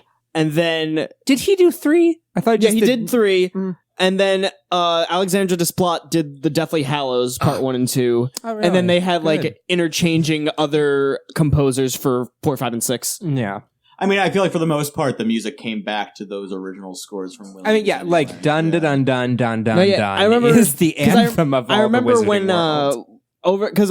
over this past winter break, me and a friend marathoned the whole franchise, and yeah, that dun dun dun dun dun dun, yeah, that iconic theme. It's like it is all over those first 2 movies, and then it doesn't really show up again for the rest of the series until there's this one triumphant moment in Deathly Hallows 2 when Harry comes back into the castle and it just blares the da da da da. Dude, when all the promo stuff started happening for Part 2, and that music would come up, tears. It was Yeah, just and then like fucking- the sad piano riff version, like the single note dun dun dun dun. Well, and they do that in all the movies. It is like when they show the Warner Brothers logo and stuff. Like even in yeah. the Fantastic Beasts Yeah. one, that's when they use it. Oh, yeah. So I have a question, really quick. Can we talk about the opening scene of this movie? Absolutely. Because I have a very specific interpretation of what's happening here, and it's essentially Albus Dumbledore being like,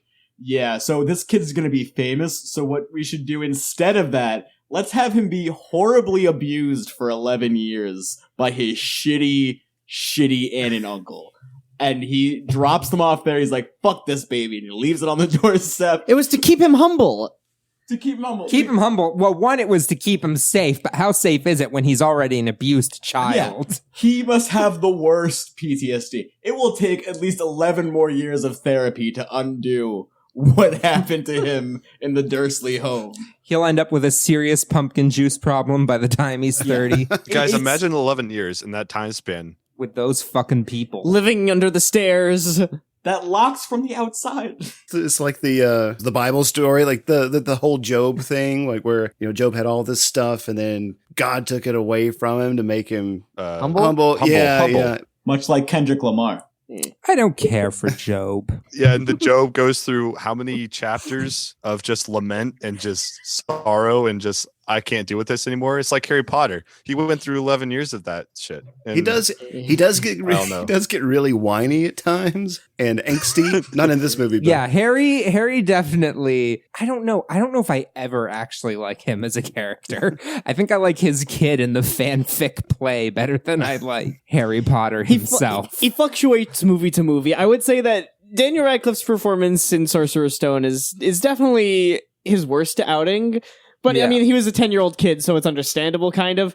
It's really everybody else who kind of does the heavy lifting as far as the acting goes in this first film. Yeah. Oh, I mean, absolutely. Yeah. You have literal kids. Yeah. I have a I mean, question. I don't think that, because I think that Rupert Grint and Emma Watson are more genuine, better performances in this movie than Daniel Radcliffe is. And I think it takes him like a movie or two to actually like get into the groove. I have a question. When was the last time that you guys had watched this movie? probably 2 or 3 years. Oh, wow. That's sooner than us. Yeah. freshman year, college for me. Did you Yeah. like marathon all of them at that point? Run or through were the whole you- thing. Yeah. Yeah, that's the last times I watched both of these, because I did it most recently with my friend over the winter break. We watched the whole series, and then I did it on my own when the first Fantastic Beasts came out. So those are the last times I had seen it. But this is a movie that I watched like numerous times throughout my childhood when I was a kid. Yeah. I watched it a lot because the other ones weren't out yet. And then once the other ones Yeah. came out, I was like, not touching this again. This was maybe the first time I've seen it in well over a decade. I have like the weirdest memory attached to this movie where it came out and this is the first movie I saw twice in the theaters ever. And I know that specifically because it came out the first time. I loved it. It was so magical and eye-opening for me. And then in about 2 weeks, in the 2 weeks between my next screening of this movie, I got a hamster. It was like my first pet. And you named it Harry Potter? No, He named it Hedwig. I named it Sparky. And I loved Sparky. Sparky the hamster. Sparky was a cute hamster, but I was terrified of Sparky. I don't know why. There is no good reason for it. Very friendly hamster. But I was a young lad, and then Sounds like he could have been one of the super pets, like Sparky the hamster, Crypto the super dog. kind of. There's a whole other thing where I don't know how long he lived, but that's a whole other thing. But so I went to go see. I went to go see Harry Potter. Sparky's for the color second- just changed 1 month later, and you're like, what the hell happened? No, it's not even that. It's worse. So I went to go see Harry Potter the second time, and I loved it. And I was enjoying it the whole time. Like, this is great. I have a hamster at home. I remember thinking that. And then I lean over to my mom, and I'm like, Mom, can I pick up the hamster when I get home? And she's like, yeah, I guess. Why are you asking me to disturb the movie? Watch the movie. So I'm watching this movie. I'm super stoked to go home and hold my hamster for the first time. I'm so excited. And then I have this memory of sitting in the theater, loving Harry Potter, immediately paralleled with my mom trying to put this hamster in my hand and me shrieking. Wait. Did you bring your hamster to the theater? No. It just happened right after, and so these memories are now linked. I'm now imagining Sparky the hamster just hanging out in the popcorn watching a movie with little Lewis. No, because I would have been screaming the whole time. I was horrified. My Sparky mom was turns just around trying and to goes, Put shh. it in my hand. I'm like, don't do it. Don't fucking do it. And then I was just screaming. Next time Prince goes to stay with your mom, he's going to be sniffing around, find like a locked closet, go all Blue's Clues, open it, and just a mound of dead hamster skeletons are going to be in there. Quick story. Sparky He's gonna be escaped. like, no, We never that's gonna found happen to him, me. But for the next 10 years, we heard him rummaging around in our walls. Hamsters live 10 years? No, that's an exaggeration. I was Probably going to next say. 6 months. I have no idea how to transition. So Harry goes to Diagon Alley to get an owl Yeah. Yeah, that was his childhood pet. and a wand after he's saved from the Dursleys. No, but we Because got the- it. Before we get there, we have to discuss the letters that get delivered to Harry. Iwo Jima. By owls. He gets his acceptance letters to Hogwarts. They're like coming in droves, and the Dursleys don't want him to get the letters to Hogwarts. And then so Mr. Dursley is like sealing up the mailbox, and then I feel very much related to him whenever my cat scratches up the couch and I have to like put the blankets so that way she can't get in. I'm like, no more mail through this letterbox. It's a very similar feeling. I gotta say, Richard Dursley, that's not his name, the actor's, Vernon. yes, Vernon Dursley. Mr. Dursley, he gives quite a hell of a performance in both of these first two films. Yeah. I do have to say, yeah, I've said it before, my favorite line reading of the whole series is in Chamber of Secrets when Ron and his brothers have the car outside Harry's door and they're helping him escape. And then Dursley runs into the room. He's like, Petunia, he's escaping! Oh my gosh. And he's grabbing his foot. Yep. He has so many great line reads throughout the series. In Order of the Phoenix, when Harry gets the letter that expels him from Hogwarts, and he's just sitting there with his big tub of ice cream, he's like, justice! Oh man. Hey, before we continue, did we go through everybody's classes before I rudely interrupted with my Slytherin? I'm sorry. I'm a I've taken the test many times. I'm a Gryffindor. I've never done the Pottermore or taken an official test, but You're I a fucking I Hufflepuff. He's I such a feel like, yeah, Hufflepuff. I'm a definite Fucking Hufflepuff. Hufflepuff. I definitely am. Shut the fuck up. Yeah. You are the most bashful little badger that ever walked around. Yeah. I don't know what your Ilvermorny house is, but The you are second- definitely a Hufflepuff. The second I met you, I was like, I want to stuff that kid in the locker like a fucking Hufflepuff. I don't think they had lockers at Hogwarts. What would the equivalent of shoving someone in the locker be? Like, I don't know, like a magic backpack that Mary Poppins would have used. A charmed rubbish bin. I want to put you in a charmed rubbish bin. British school bullying sounds so much more quaint. Yeah. It does. You have quite a fat bottom. And then they just move on. A long They were bottom. really mean to Long Bottom. As J.K. Rowling will soon rename him, Neville Powerbottom. There's probably some what do you call it? Like not fan fiction, but slash fiction. What's the term? Like Oh Oh, no, god. yeah. Slash Yeah. fiction is a thing. Isn't Yes. it Rule 23 or whatever? No, it's like Rule Rule 34. 24. Yeah. 34. 24, there you go. If it exists, there's porn of it. Is Rule 24 of the internet. 34. Oh, fuck me. 34, whatever. Have you guys ever seen Smurf porn? no. Oh my. What about? We're really veering. Yeah. Unless we're going to tie back to Gargamel being a Death Eater. We We don't have to talk about it, but there's Smurf porn. I'll steer clear of it. How about you, Brandon? What class are you? I'm a Ravenclaw. I took the Pottermore test years ago, and Of course, the teacher's a fucking Ravenclaw. yeah, The smarts. He's got the smarts. He's got the smarts. He can park his car in Harvard Yard. a few years ago, I was in London doing like a 3-week study abroad, and went to King's Cross Station. They had a sign there for platform 9 3/4, and 100, 200 people were waiting to get their picture made with it. And you couldn't just get your picture made with it. They had a person there, like a little assistant, that would dress you up in a robe, would give you a wand. Oh. And you had to pay, I don't know, $30, $40 or the equivalent just to get your picture made there in front of the sign. Oh my goodness. So that, man, they were Oh, just God. Milking it. This is a big Harry Potter thing. So, you know that really magical scene where they're in Ollivander's shop and he gets his wand for the first time? Mhm. So, in Universal Studios in Florida, they have this exact experience.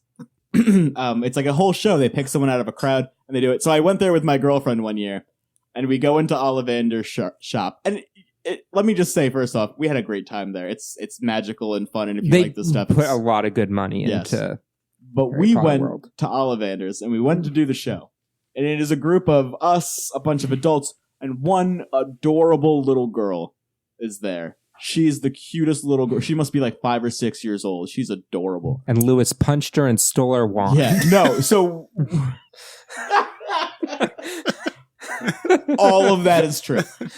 No, so we go in there. Like a true Gryffindor. And Ollivander is like up on the ladder, like looking at wands and shit. John like, hurt himself. Yeah.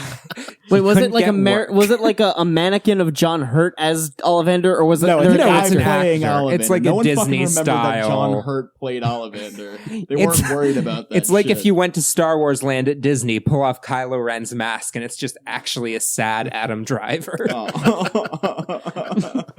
Fun fact. No, so we're there. He's like waiting to start the show, pretending to like look at wands and stuff. And me and Sarah are there in like the corner, and we are actively making fun of this guy. And we're not even that quiet. But so he comes out and he goes through this whole speech, and Sarah and I are trying not to laugh this whole time. Again, it's us and like a bunch of adults, adorable little girl in the middle. And he's like about to choose someone, and we're like, oh, he'll go for the little girl. This will, be a memory she'll have for the rest of her life and she'll cherish. picked Instead, you. he chooses the two shitty little adults that have been making fun of him this whole time. Me and Sarah get pulled up and we go and do the whole thing. He does this whole spiel because we're a couple. I guess he had a thing for that. So we have this magical moment. We find our wand, the light flashes, and the wind hits us in the face. And then they're like, oh, we'll take you to get your wands. And then we're led out of the room, and then we get led to a woman who's like, that's going to be $40 a wand, please. And we were like, what the fuck happened to all this lovely magic and nice shit?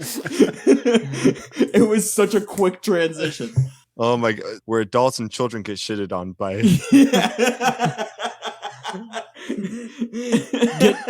Get shitted on. SHIDDED. Oh. Okay. I I do. promise I'm done with personal Harry Potter stories for the rest Yeah, of I this feel like podcast. we're veering off on talking more about just Harry Potter in general and not this first film, the one that started it all. What else do we have to discuss? Where did we leave off on this movie? I forgot. There are the letters that fly He into his hasn't house. even met Hagrid Yeah, yet. the letters fly into his house, and that's a great fun moment Did where we make fun of the first fat kid yet? no, Dudley? the- Dudley and his little pigtail that comes out of... What part of his ass does it come out Oh. of? We were debating this. Is it part of his spinal tail or literally out of his ass. To me, the placement looked like it came out of his asshole. I think it was his asshole. Like he had enough hairs to where it could connect to those ass hairs. It just turned pink and twirly. Yeah. Brandon, what are you thinking? Asshole or spine? I'm going to go with spine, just because Yeah. I think so. That's where tails usually come from. There's the tailbone. But then, like, he never undoes the spell, so this kid's got the fucking tail for the rest of the movie. Not really. I mean, he said something like, "Oh, it'll wear off soon enough." So he does just leave him. He does He not. does not say that shit at all. Maybe in like the books. No, Sarah just said he had to get it removed in a Muggle hospital. She's my read the books God. and she's a complete nerd about this stuff. Yeah, she is. That is canon. It should Dudley just be her Dursley on had this. his tail It really should just be her surgically on this episode removed. and not us at all. But How the fuck do you explain that to like Like a really surgeons? pathetic Dr. Octopus. but anyway, but And before then he that, squeals like a little piggy. yes. South Park reference, anyone? Yes. But then, before any of that happens, before the letters fly into his house, we have the other great performance moment from Richard Dursley. It's not his name. It's Richard Griffiths is the actor's name, and Yes, he Dursley, is. where he has that moment where he's like, no post on Sundays, fine day of the week Sundays, no It's letters the one today, time he's no nice sir." to Harry because Harry gives him the right answer Yes. about why Sunday's great. Yes, no post on Sundays. I love that look he gives Harry as he's throwing the letters in the fireplace. Yeah. Just like the raised The eyebrow. best, perfect GIF moment. But yes, he's wonderful. But not only him, we have Robbie Coltrane as Hagrid, who I believe he is kind of like the heart of these first two movies, especially. He's the heart of the whole franchise. Like, Harry goes into the woods and, like, dies for everyone, but, like, Hagrid's the one who carries him back. Yeah, and like, that was Hagrid's the one J.K. that's Rowling. with him. That was J.K. in the end. Rowling's intention to have him be the one to bring him back into the castle because he was the one who brought him into the castle when he was a kid. Yeah. So, and then any scene, especially in these first two movies, and at the end of each of these movies, ends with like Harry hugging Hagrid, and you just see like this tiny little boy hugging like this giant man, and it's like you just really just feel like how warm and cuddly and lovable he is. And then like at the end of the last movie, at the end of the Deathly Hallows 2, he has a moment where he hugs Hagrid, and it's almost like he's still like that same little tiny boy and this towering giant over him, as embracing him. It's really cute anytime Hagrid does anything in these movies. If Hagrid plays no role in this Fantastic Beasts fuck up at all, I am going to be sorely disappointed. Well, I feel like Hagrid was Harry's like awesome uncle or godfather. Yeah. he brought him to school. He showed him all of his magic stuff. Yeah, he really is like Sirius Black can kiss his ass. That's Right. Why didn't Harry go back to live with Hagrid? because there was something about like him having. I forget why they always. I mean, sent him Hagrid does back live to in a the tiny ass Dursleys, hut with a giant, but- disgusting dog. So maybe that and, wouldn't like, be the so best many environment. different magical creatures, but like Yeah, maybe that wouldn't be the best environment for an 11-year-old. But So, what do you guys think about Dumbledore in this movie, played by Richard Harris? I've always said this about Richard Harris's Dumbledore. I feel like for these first two movies, where we need like an elderly, like very soft, tender, caring Dumbledore, like this wise old man, I feel like Richard Harris brings that perfect amount of energy to the performance. Like he does bring that like grandfatherly tenderness to it. And then later on when we need Dumbledore to be stuff. like a wizard badass, then that's Michael Gambon. And I don't feel like Richard Harris could have played that Dumbledore in like the next 5 movies. Yeah. And Michael Gambon was like sweet enough. Like there's a moment like in Prisoner of Azkaban where they're all sleeping in the Great Hall because the place is on lockdown. He has like some nice thing about dreams. He's good in like the afterlife like scene where he's meeting with Harry. Happiness like, can be found. One needs to turn on the light. Yeah. I feel like later on. I think we talked about in Goblet of Fire. He has a lot of over the top moments. I mean, did you put your name in the Goblet of Fire? Oh, It's yeah. very much. Yeah. The one scene that will always be remembered as like, God, that read. Yeah, that's an area where I feel like Richard Harris would have been a better Dumbledore for like that movie. because he would have brought that tenderness to the role that needed to be. He Like, had a not good tenderness, like, once Harry got back and was crying. He does. Lewis, how do you feel about him? I mean, I prefer this guy to the guy that we got afterwards. But I don't Really? know. How do you guys feel about him? He did basically bring out the best in Dumbledore, especially for these first two films. I mean, because this is when Harry's being introduced, so you want the best out of Dumbledore when you have Harry being introduced to this franchise. For those two, I feel like Dumbledore needed to be a little bit more not aggressive, but more in a sense of just passively looking over Harry rather than the aggressive sense that was used in the third film and then Goblet. I mean, if that makes sense. That's because, I kind of felt the same way as well. As we're after him, we're also introduced to the other iconic professors. Hold on 1 second, because Brendan, I'm just curious your opinion on this. I didn't find him a very interesting character for the first two movies because he was just kind of like a corpse with a beard. He was like super kind and like didn't like emote very much. Like he was had like very one much setting. Santa Claus in the most Santa Clausy of ways. Exactly. And so I think that, and I think this is with a lot of the characters, like just as time progressed, like the characters started to grow on you and deepen for you. And so I think that when we transitioned to Michael Gambon, I think even early on, like he kind of is inconsistent in his portrayal of Dumbledore. Mm-hmm. But yeah, I don't know. I mean, of course the role had to be recast because Richard Harris died, but ultimately where we got with Michael Gambon, it's a much more appropriate choice, and at least how he interprets the character. I think they did a smooth job with that transition of casting. Yeah. I don't remember as a kid really taking notice of it at all. I certainly noticed that a different looking guy was playing Dumbledore, No, and I he mean, sounded different They very came much. out, 2 years apart? Yeah. Old guy, gray hair. Like, I got it. No. I noticed the difference, but I didn't care enough because I felt like it was a pretty seamless transition the way they did it. So, And also as a kid, I was following up everything about these movies, so I had heard that the Dumbledore had died and that they had to get a new Dumbledore. So that was the thing I knew when I saw the movie. Yep. I think You were I a heard fucking that nerd. one. I was a nerd kid. I watched all of the fucking behind the scenes DVD extras on all of these movies. I remember that, and I remember the other thing that was true, but I never necessarily believed it and thought it was some tall tale rumor was that Fred and Daphne from the Scooby-Doo movies are married, and of course Sarah Michelle Gellar and Freddie Prinze Jr. are married, but I was I don't believe that. Those are my two early 2000s things I remember. I'm curious, since we're talking about character introductions here. I mean, of course, we get the great Maggie Smith as McGonagall, but we also find out that Hans Gruber survived his fall from Nakatomi Tower and is now living He as a did. professor of potions at Hogwarts. And as a much more sinister character.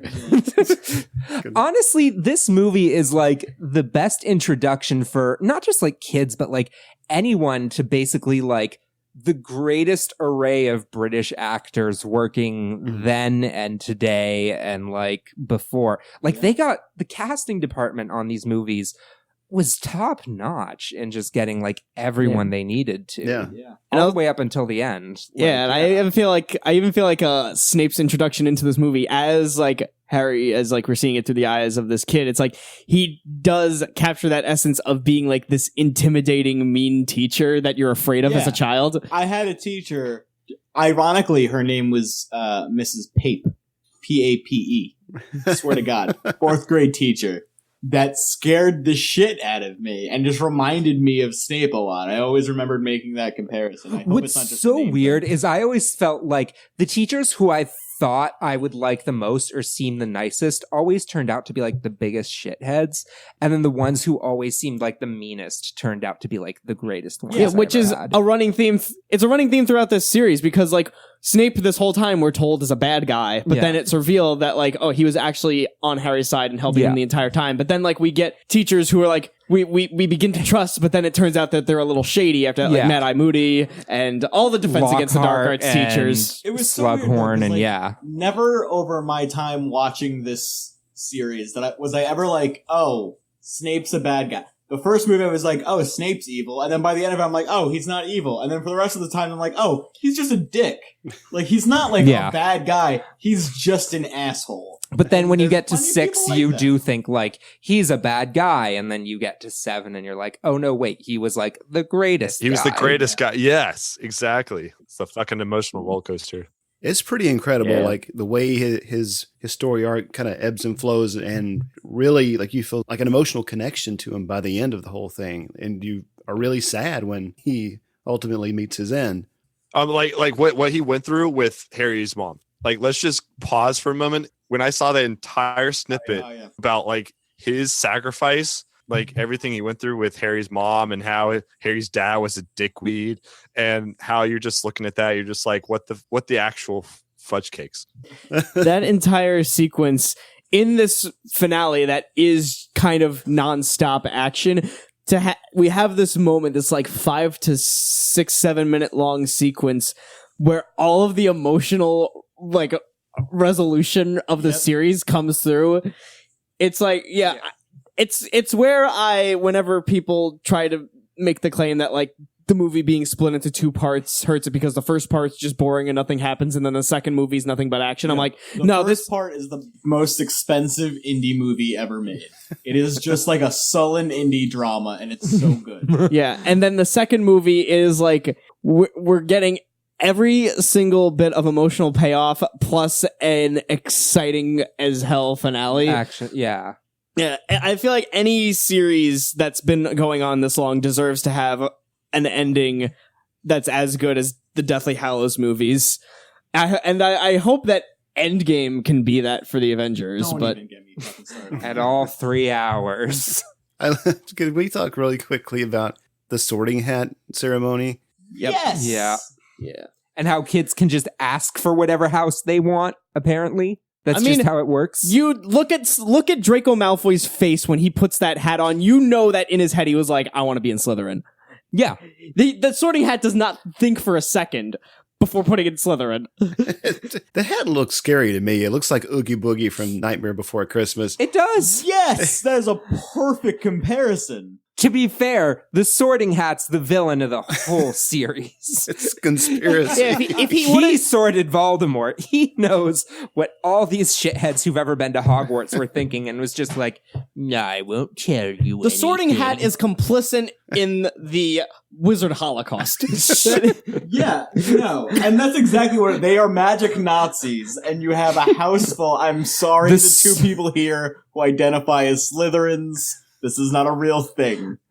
But, like, it's a house full of people who become magic Nazis. A good And portion. It's, like, school sanctioned. And, It's yeah, like and, everyone's fucking cool with it. and at the end, in Deathly Hallows 2, during the big battle, McGonagall says, like, bring all the Slytherins to the dungeons because she knows that they're going to fight for the dark side. That's the one thing I never got, though. Like, was it never entirely obvious that someone like Lucius Malfoy was a fucking Death Eater in the 80s and was still one? Like, was no one ever looking at this guy in this place of power, seeing him and being like, he's totally like the worst person? Like, everyone who was a Death Eater was so obvious. They probably swept a lot of his Nazi shit under the rug because I assume, like, he's a very high-end, like a upper class student who professor or not professor, like professor. alumni who probably gave a lot of money back to the school, so they had to like. But I'm they just relied on talking him about for like their the freaking Ministry of Magic, like the Wizard Police. No one ever thought to investigate this. Like, this is like the USC scandal. No, but even worse. so, like you can't just. Even so, like Lucius they can't Malfoy is the Lori Loughlin of Hogwarts. No, but even so, like, yeah, there are people like Richard Spencer that we know are Nazis, but you can't just go arrest them for being a Nazi. Like, No. You can if they were literally part of the Nazi party and killed think people. we should just arrest people who are like clearly Nazis. yeah, whether or not we should or not, that's a different story. But You don't The thing arrest is- Richard Spencer, but you do arrest the guy who drives his car through a crowd of people, This like is Lucius so Malfoy. not about Harry Potter anymore. It's not. Thank you to J.K. Rowling. For now, when we see Dumbledore consoling Harry at the Mirror of Erised, we know that when he looks in the Mirror of Erised, he's also seeing Johnny Depp sucking him off. Oh, yeah. Like, Yeah. Every time he stares into that mirror, it is just Jude Law getting absolutely pounded by Johnny Depp. he still sees himself as Jude Law. Yeah. God, you remember when I was Jude Law? yeah, that's his greatest desire is to be Jude Law again. Just the constant memory in the back of his head of just pure dick. Maybe. Like, maybe Maybe for the special edition. Yeah, right. He got surgery to look like Jude Law again and came out as Michael Gambon. It's so sad, but the George Lucas version of this would totally be that they would have a That scene scene. with him looking, and just my God. CG Johnny Depp just plowing CG Jude Law. Now has J.K. Rowling established who's the bottom, who's the top? She may as well have. We should ask her. We should ask her on Twitter. Who can keep up with it anymore? Oh my god, we need to do another episode together. I'm just shouting. that Yeah, out. we definitely. Oh, yeah. We've got to do it. Yeah, We've got to do it. Also, rough CGI in this movie. Like, Oh, yeah. I understand it's 2001, but like, freaking Neville Longbottom on a broom looked like Shrek. Like, He looked like Shrek. purposefully animated. The actual troll also looked like Shrek. Hey, this reminds me. I don't want. I just want to cite my joke of he looked like Shrek. It's from We Hate Movies episode of Shrek. I don't want to be accused of stealing jokes. Oh yeah, Right. But yeah, Good for great you. show. he looked I, like I like those guys a yes. I've seen them live a couple of times. I saw them when they did the Emoji Movie, and I also they did Halloween 4 at the Jacob Burns Film Center, and last year they did I Know What You Did Last Summer live commentaries. lot. Those are all good. That's awesome. Again, I feel like this podcast is very much like this first movie, where the first movie is so preoccupied with all the world building and the characters and the setup. Mm-hmm. I'm like, we're at an hour and a half into the movie, and the plot has not even been introduced yet. It's until after the Quidditch scene, which is at an hour 30 on the dot. Yeah. Where somebody says the Sorcerer's Stone. The Sorcerer's Stone is literally the MacGuffiniest MacGuffin Oh, yeah. that ever existed. But how do you guys feel about Quidditch?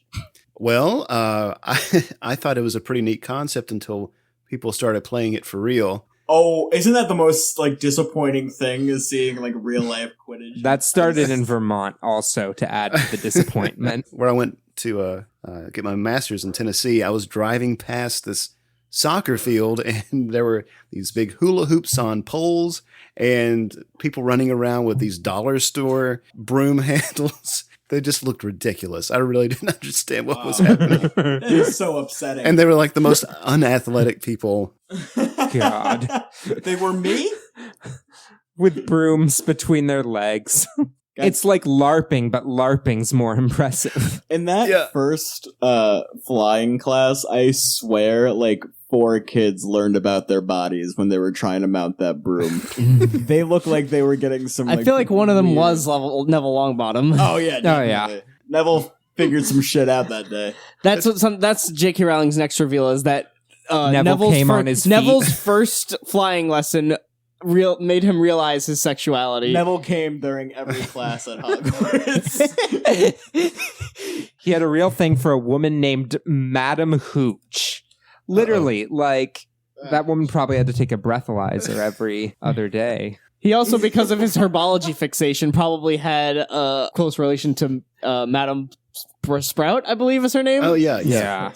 What about that broom though? Like how you would think that there would be something more ergonomic about it, that a seat, at least a cushion. Mad-Eye Moody has like a really cool broom. It's like a reclining chair where he just like Yeah. sits back and he has like leg rests on his broom. And Yeah. Hagrid just gets a motorcycle. An actual motorcycle. Why would you not all just have motorcycles? Motorcycles and flying cars like the Dursleys. Like, seriously, evolve Not the to that. Dursleys, the Weasleys have the flying Or the cars. Weasleys.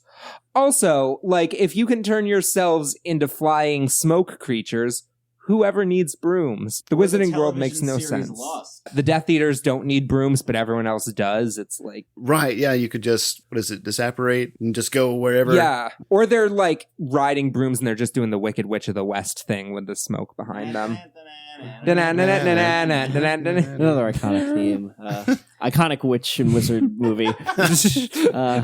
That's what Professor McGonagall did when she retired. But I mean, I do feel like this movie a much lesser quality, but I do feel like it does have a very Wizard of Oz type of feeling with like the being introduced to this magical world, and it just really indulges in the fantasy and like the wonderment of it. We were saying it had like a real Roald Dahl kind of feel to it, like Charlie and the Chocolate Factory. Yeah. When the Dursleys are like sick of the letters and then they flee that area and they just wound up on this fucking island in this lighthouse in the middle of the ocean. Like, how did this all happen? Where did this come from?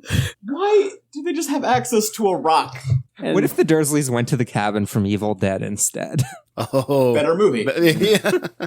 To get back on track a little bit, yeah. So once we find out after an hour and a half of exposition what the Sorcerer's Stone actually is, we come to believe that Snape, for some reason, is after it, because the kids all just believe that Snape is the bad guy. Mm-hmm. So, in fairness, dude looks like a bad guy. Yeah. He does look suspicious. Bad guy. He looks a little suspicious. Like the scene where he confronts them and he's like, you wouldn't want anyone to think that you're long paws up to something. So creepy. Our new celebrity. I do like his confrontation with Harry, like the first time they meet in class. Mr. Like Harry's Potter. actually taking notes on everything Snape is saying, and Even though it's Snape completely calls useless. him out for it. It's Yeah. completely useless, everything he's saying. He's like, I could teach you how to bewitch the mind. He's like, bewitch the mind. It's like, why don't you don't not even Cheat nerdy ass Hermione is writing this down. It's a good. Well, And because he's like, why aren't you paying attention? He gives him all this shit, and then he starts lecturing him, and then he starts yelling at other kids for not taking notes. and then he's also like, oh, can you tell me where to find this thing and this thing? And it's like, it's his first day. He found out about magic 4 days ago, tops. Yeah, everyone was really mean to any him shit. for his first day. Like McGonagall was a little miffy. Well, they were late, so Snape that's was- a little reason. But Yeah, but like, what if they don't know their way around? well, then you should get a map. MC Escher stairs. No one's figuring that shit out. Yeah. on the first day. Also, the one map he does get is not allowed. Well, he doesn't find that until a couple of years later. But yeah, so then they go into the scary woods. And this is usually the part in the movie when I was a kid that I would turn it off because I was like, I don't want to watch it anymore. Yeah. I don't need this. Yeah. Is the first two movies, they have a very similar story structure, where it's like, we're at home with the Dursleys. Then he goes to Diagon Alley, gets his stuff for school, goes to school, gets introduced to his new teachers and his new classes. There's Quidditch. And then we have to go into the scary Malfoy a little, yeah, and then we have Scary to, Woods. and then we have to go into the scary woods and then do magic scary shit. And then that's the point where I would turn both movies off. Like I memorized the first hour and a half of both movies perfectly, and then as soon as we get to the scary woods, it's like I've only seen them like tops like at least 3 times. Now I will say that those scary woods. Whenever he sees Voldemort. yes, he's Voldemort. Oh, bro, I'm yeeting out of that place, dude. I'm like, bye, Yeah. bitches. Just the way it comes across on screen is it's very unnerving. It is Yeah. very unnerving, yes. There is a part like where they first get into the woods and he does see Voldemort like just kind of walking around in the background a little bit. I'm like, oh shoot, that is like kind of creepy. And then when he actually shows up and like slithers along the ground, I'm like, So- no shit, no. This is what I don't get, though. Is this Quirrell turned around the whole time? Probably just Quirrell like front facing anyway. We're never like- sure if it's like Quirrell or if it's like Voldemort detached from Quirrell under a hood and then like He can just attach whenever he wants? I mean he did. He escaped after Quirrell's body was destroyed. He hops on and off like a ride as long as someone's willing to let him. That's true. Yeah. Someone without a hairline, preferably. There's just like this creepy grin he also gives Harry, like when he's sucking the unicorn blood and he like looks up to see Harry, and I'm just like, ugh. Yeah. Like, I don't know. I mean, Ralph Fiennes was a great Voldemort for the rest of the series, but whoever did him in this movie, even when he's just like a face on the back of the head, did a pretty good job. Right. Yeah, no, I totally agree. The effect, especially at the end during the climax, it doesn't look awful, like the face. No, it doesn't. It's definitely not like long bottom bad. Like Right. it's not that fucking. I don't think kid that's the flailing worst effect around. in the movie, though. I think Quidditch most like No. I think that's the worst. Long bottom. Oh yeah. The ghosts don't look very good. No, the ghosts look great. John Cleese is nearly headless Nick. I love that. I mean, it doesn't look good when he takes his head off, but Yeah, How could you be nearly headless like this? I love how we have been jumping back and forth chronologically with this movie all through. I think it's just because a person in this universe who hasn't seen this movie? I think everybody has a frame of reference for this, so that's why we're just kind of going back and forth like this. It's the origin story movie. It's also why it's the one that like everyone skips and doesn't watch. Harry Potter dies in this one. Even though it's like, it is, there is a lot of like exposition world building, so it's like if you know all this stuff already, it's not really that exciting to revisit it again. If you're watching the entire series, it's like, of course I'll start with this. And it's always like, it always does feel like a welcome back to your nostalgic childhood. Yeah. It's also, for some reason, feels like a Christmas movie. There's an extended Christmas scene in the movie, but like the entire movie does have a very Christmassy feel to it. Well, I mean, they all do. Also, not only because ABC Family /Freeform/ whatever it's called does like Christmas Harry Potter marathons every year. I morally disagree with this shit. It is not a fucking Christmas movie. Come the fuck on. But Christmas is in every one of the movies. Christmas is in a bunch of fucking movies that aren't Christmas movies. They have Halloween. Trolls on Halloween. On Halloween. There's isn't there a Thanksgiving feast also? I think there is a Thanksgiving feast. Yeah. No, because they're in England and Thanksgiving doesn't exist in England. There was definitely a scene with a giant turkey on one of the great hall tables. Yeah, but you eat turkey at like any time over there. To wrap up to where the climax is, they have to go get the Sorcerer's Stone before Snape gets it, which is who they think is after it. And then they have to go through a bunch of series of challenges, each one highlighting each of the main three's special abilities. They fall into the devil's snare, and Hermione gets out because she's smart and she's learned about it, so she knows how to get out of it. Something really interesting that Sarah pointed out to me that I never knew is that apparently these challenges were actually all set up by a professor in Hogwarts. And they're all based on like their specialties, which I never made that connection at all. I don't think it's ever really explained in the movies. They knew that these three children specifically would go down there, so they made. No, they didn't. They made each professor has a specialty. Like McGonagall, she brought the statues to life in 7, so she brings these chess pieces to life. I assume that in the Madam books, Sprout is the plants. In the books, there's a poison challenge that they have to complete or something that Snape would have obviously made. That wasn't in the movie because that just doesn't matter. What's the keys are Flitwick? Flitwick. Yeah. Oh yes, because they float. Yes. Yeah. And then they have to ride the broom like Madam Hoot. Yeah. Yeah. It all makes sense. Yes. And then Hagrid is obviously the dog. Yes. Fluffy. Well, yeah. But then once we get to the chess scene, it's a pretty good scene, right? Yeah. It's fucking cool. It's really cool. But then at the moment where Ron is like, he has to sacrifice himself so that Harry can check the king, it's like, Ron could just get off the piece. Yeah. No. He falls 2 feet and is just knocked out cold. Like, he's just on a horse, and then he doesn't get hit, the horse gets hit, he falls down, nothing touches him. He has like a slight little scratch on his head, but he is out. I was just like, damn, bro, how you feel? Also, we mentioned, so we're basically kind of talking about the climax here. He meets Voldemort. Voldemort does the whole join me speech. He kills Voldemort, sort of. Because he discovered his mother's love is a poisonous touch to Voldemort. But, like, he mentions that Voldemort was back. Lewis and I were wondering, like, did anyone decide to try and hunt down Voldemort between this point and, like, Goblet of Fire? Because saying that, like, hey, this guy that we thought was dead, like, 11 years ago is still alive now, but might or might not be dead. I mean, it's not... Like, you would think someone would look into that. I think it's... I mean, at this point, it's like, there's stuff that's happening, but I don't know who could... If it's like, directly tied to Voldemort that they could pin it on, because it's like, it's usually like a lot of like ghostly figures, like the Tom Riddle in the Chamber of Secrets, that was like a ghost of Tom Riddle. So it's like, at this point, we could all presumably assume that Voldemort, as a living being, is deceased until Goblet of Fire, but...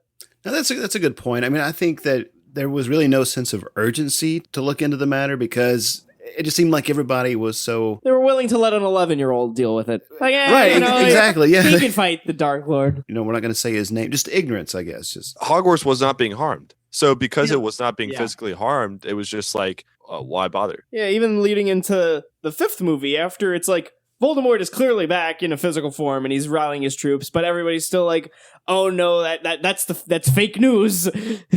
Right, but at least like Dumbledore believes it, whereas why can't we leave our politics out of this? The Slytherins are making Hogwarts great again.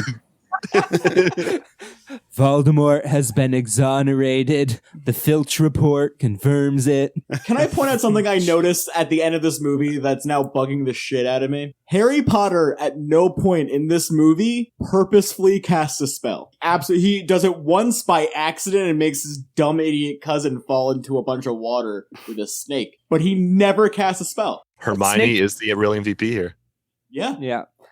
A snake also that we have now found out since, thanks to J.K. Rowling, was not only Voldemort's snake, but once a person. Oh, that's right. And so 'Cause Neville retcon. Wait, murders was that somebody. snake in the petting zoo? Was that snake in the zoo? Was that Nagini? That's That was Nagini. The part when the snake says thanks. Wouldn't you think that in the 8th movie that Nagini would be like, oh, he's the one who set me free. I should should protect him. Wouldn't you think that Nagini in Fantastic Beasts, where you finally have her as a human character, would have, like, I don't know, more than 5 lines in the fucking movie? But no. If we got into Fantastic Beasts, that's an even bigger beast. What do you guys think? You got any final thoughts about Harry Potter? and the- My last final thought is Dumbledore fucking cheated to make them win the House Cup. Like, Yeah. he's like, I'm going to strategically give each of them enough points to beat the Slytherins. Dumbledore is the Electoral College of Hogwarts. Oh my god, that was amazing. Great analogy. Great.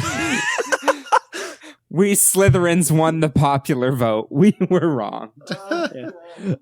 Also, the nerve that he has to give Neville Longbottom 10 points for Being a fucking For rat almost son of a letting bitch. Voldemort win. Snitches get pigtails. And you know what else he does? He gives Ron gets 50 points, Hermione gets 50 points, Harry gets 60 points, and then Neville gets 10. He could have given equally all of them 50 points, but he had to give Harry that additional 10 points to make sure that they beat the Slytherins. It always ends up being the chosen one. Yeah, and also the House Cup never becomes important again for the rest of the series. Right. It's like the big triumphant moment at the end of this movie, and then it's like never a thing for the rest of the whole series. Yeah, like having the broom, like the Nimbus 2000 for the games and all that. It's like having a gold Starbucks card. You know, you're waving around a gold Starbucks card. You're like, well, guess what I got, bitches? And then you carry around the Nimbus 2000 broom. You're just There's no regulation broom for like varsity Quidditch. Guys, big black broom is my favorite category in Pornhub. You got that big black broom. This shit is real, baby. Got that Nimbus 2000. Be careful you don't look up blue quaffle. Oh no, no! All right, Harry gets back on the train home, and everyone's happy. Yeah. But yeah, and that's the end of the first film. This wonderful, delightful film. This is what Hogwarts is. This is who Harry Potter is. Now shut up and give us money. The policy of J.K. Rowling and Warner Brothers. Well, it's funny because the sequel was called Harry Potter and Shut Up and Give Us Money. I mean, most the sequels are. Yeah, I mean, basically. Now, that's definitely what the Fantastic Beasts Yeah, are. that's definitely. You guys have anything coming soon? We have a bunch of shit. Well, Tribeca, obviously. Tribeca, we're just going to have a bunch of Tribeca stuff up soon, so keep your eyes peeled for that. What about you guys? We are going to be recording an exclusive episode for our patrons out there on Jacob's Ladder. Oh, I can't wait for that shit. Ooh. It's going to be a lot of fun. Oh, we You have can a cut Rings this- commentary that will be going Yeah. up soon. Oh, okay. Maybe up by the Yeah. time that this is up. I was. It was a live stream, but since nobody joined it, it just became a commentary. Fred came in clutch at the very end. Fred came in when literally we were about to roll credits on the movie. It was great. All exciting stuff happening. Can't wait to continue doing all this, and it was great joining you guys Yeah. for two fucking great. wildly fun but differently entertaining very films. similar, almost the same movie. Yeah. Really. At the end of the day. Do you have any Like- personal plugs? You can follow me on Twitter at the Brandon Hardy, which sounds very pretentious now that I think about it. And you can check out our show at Varicon Video. What about you, Joseph? You can follow me on Twitter at JDMX130. I'm actually trying to do an album this semester, so hop on my Twitter, Ooh. follow my link on my Spotify page, trying to boost that a little bit. Like Brandon said, follow us at Varicon Video. All right, guys.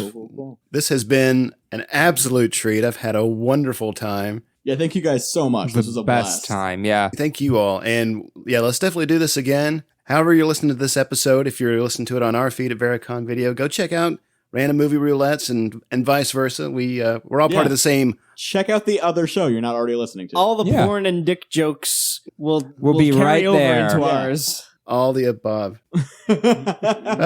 We finally unionized. Right, We've been right. talking about it for years. The Monster Kids should become a union. We should, yeah. I mean, we're all part of the Monster Kid podcast community. So if you're not listening to shows like Thematic Elements and Test Pattern and How to Make a Monster Kid and Exploding Heads, there's The Blood Buddies, Bloody in Love. I mean, if you're not checking these shows out, like, get your fucking life together. They're all really good. all right, guys. Well, thank you all for listening, and we will see you next time. Take care. Bye-bye. Peace out, guys. Come on our feed.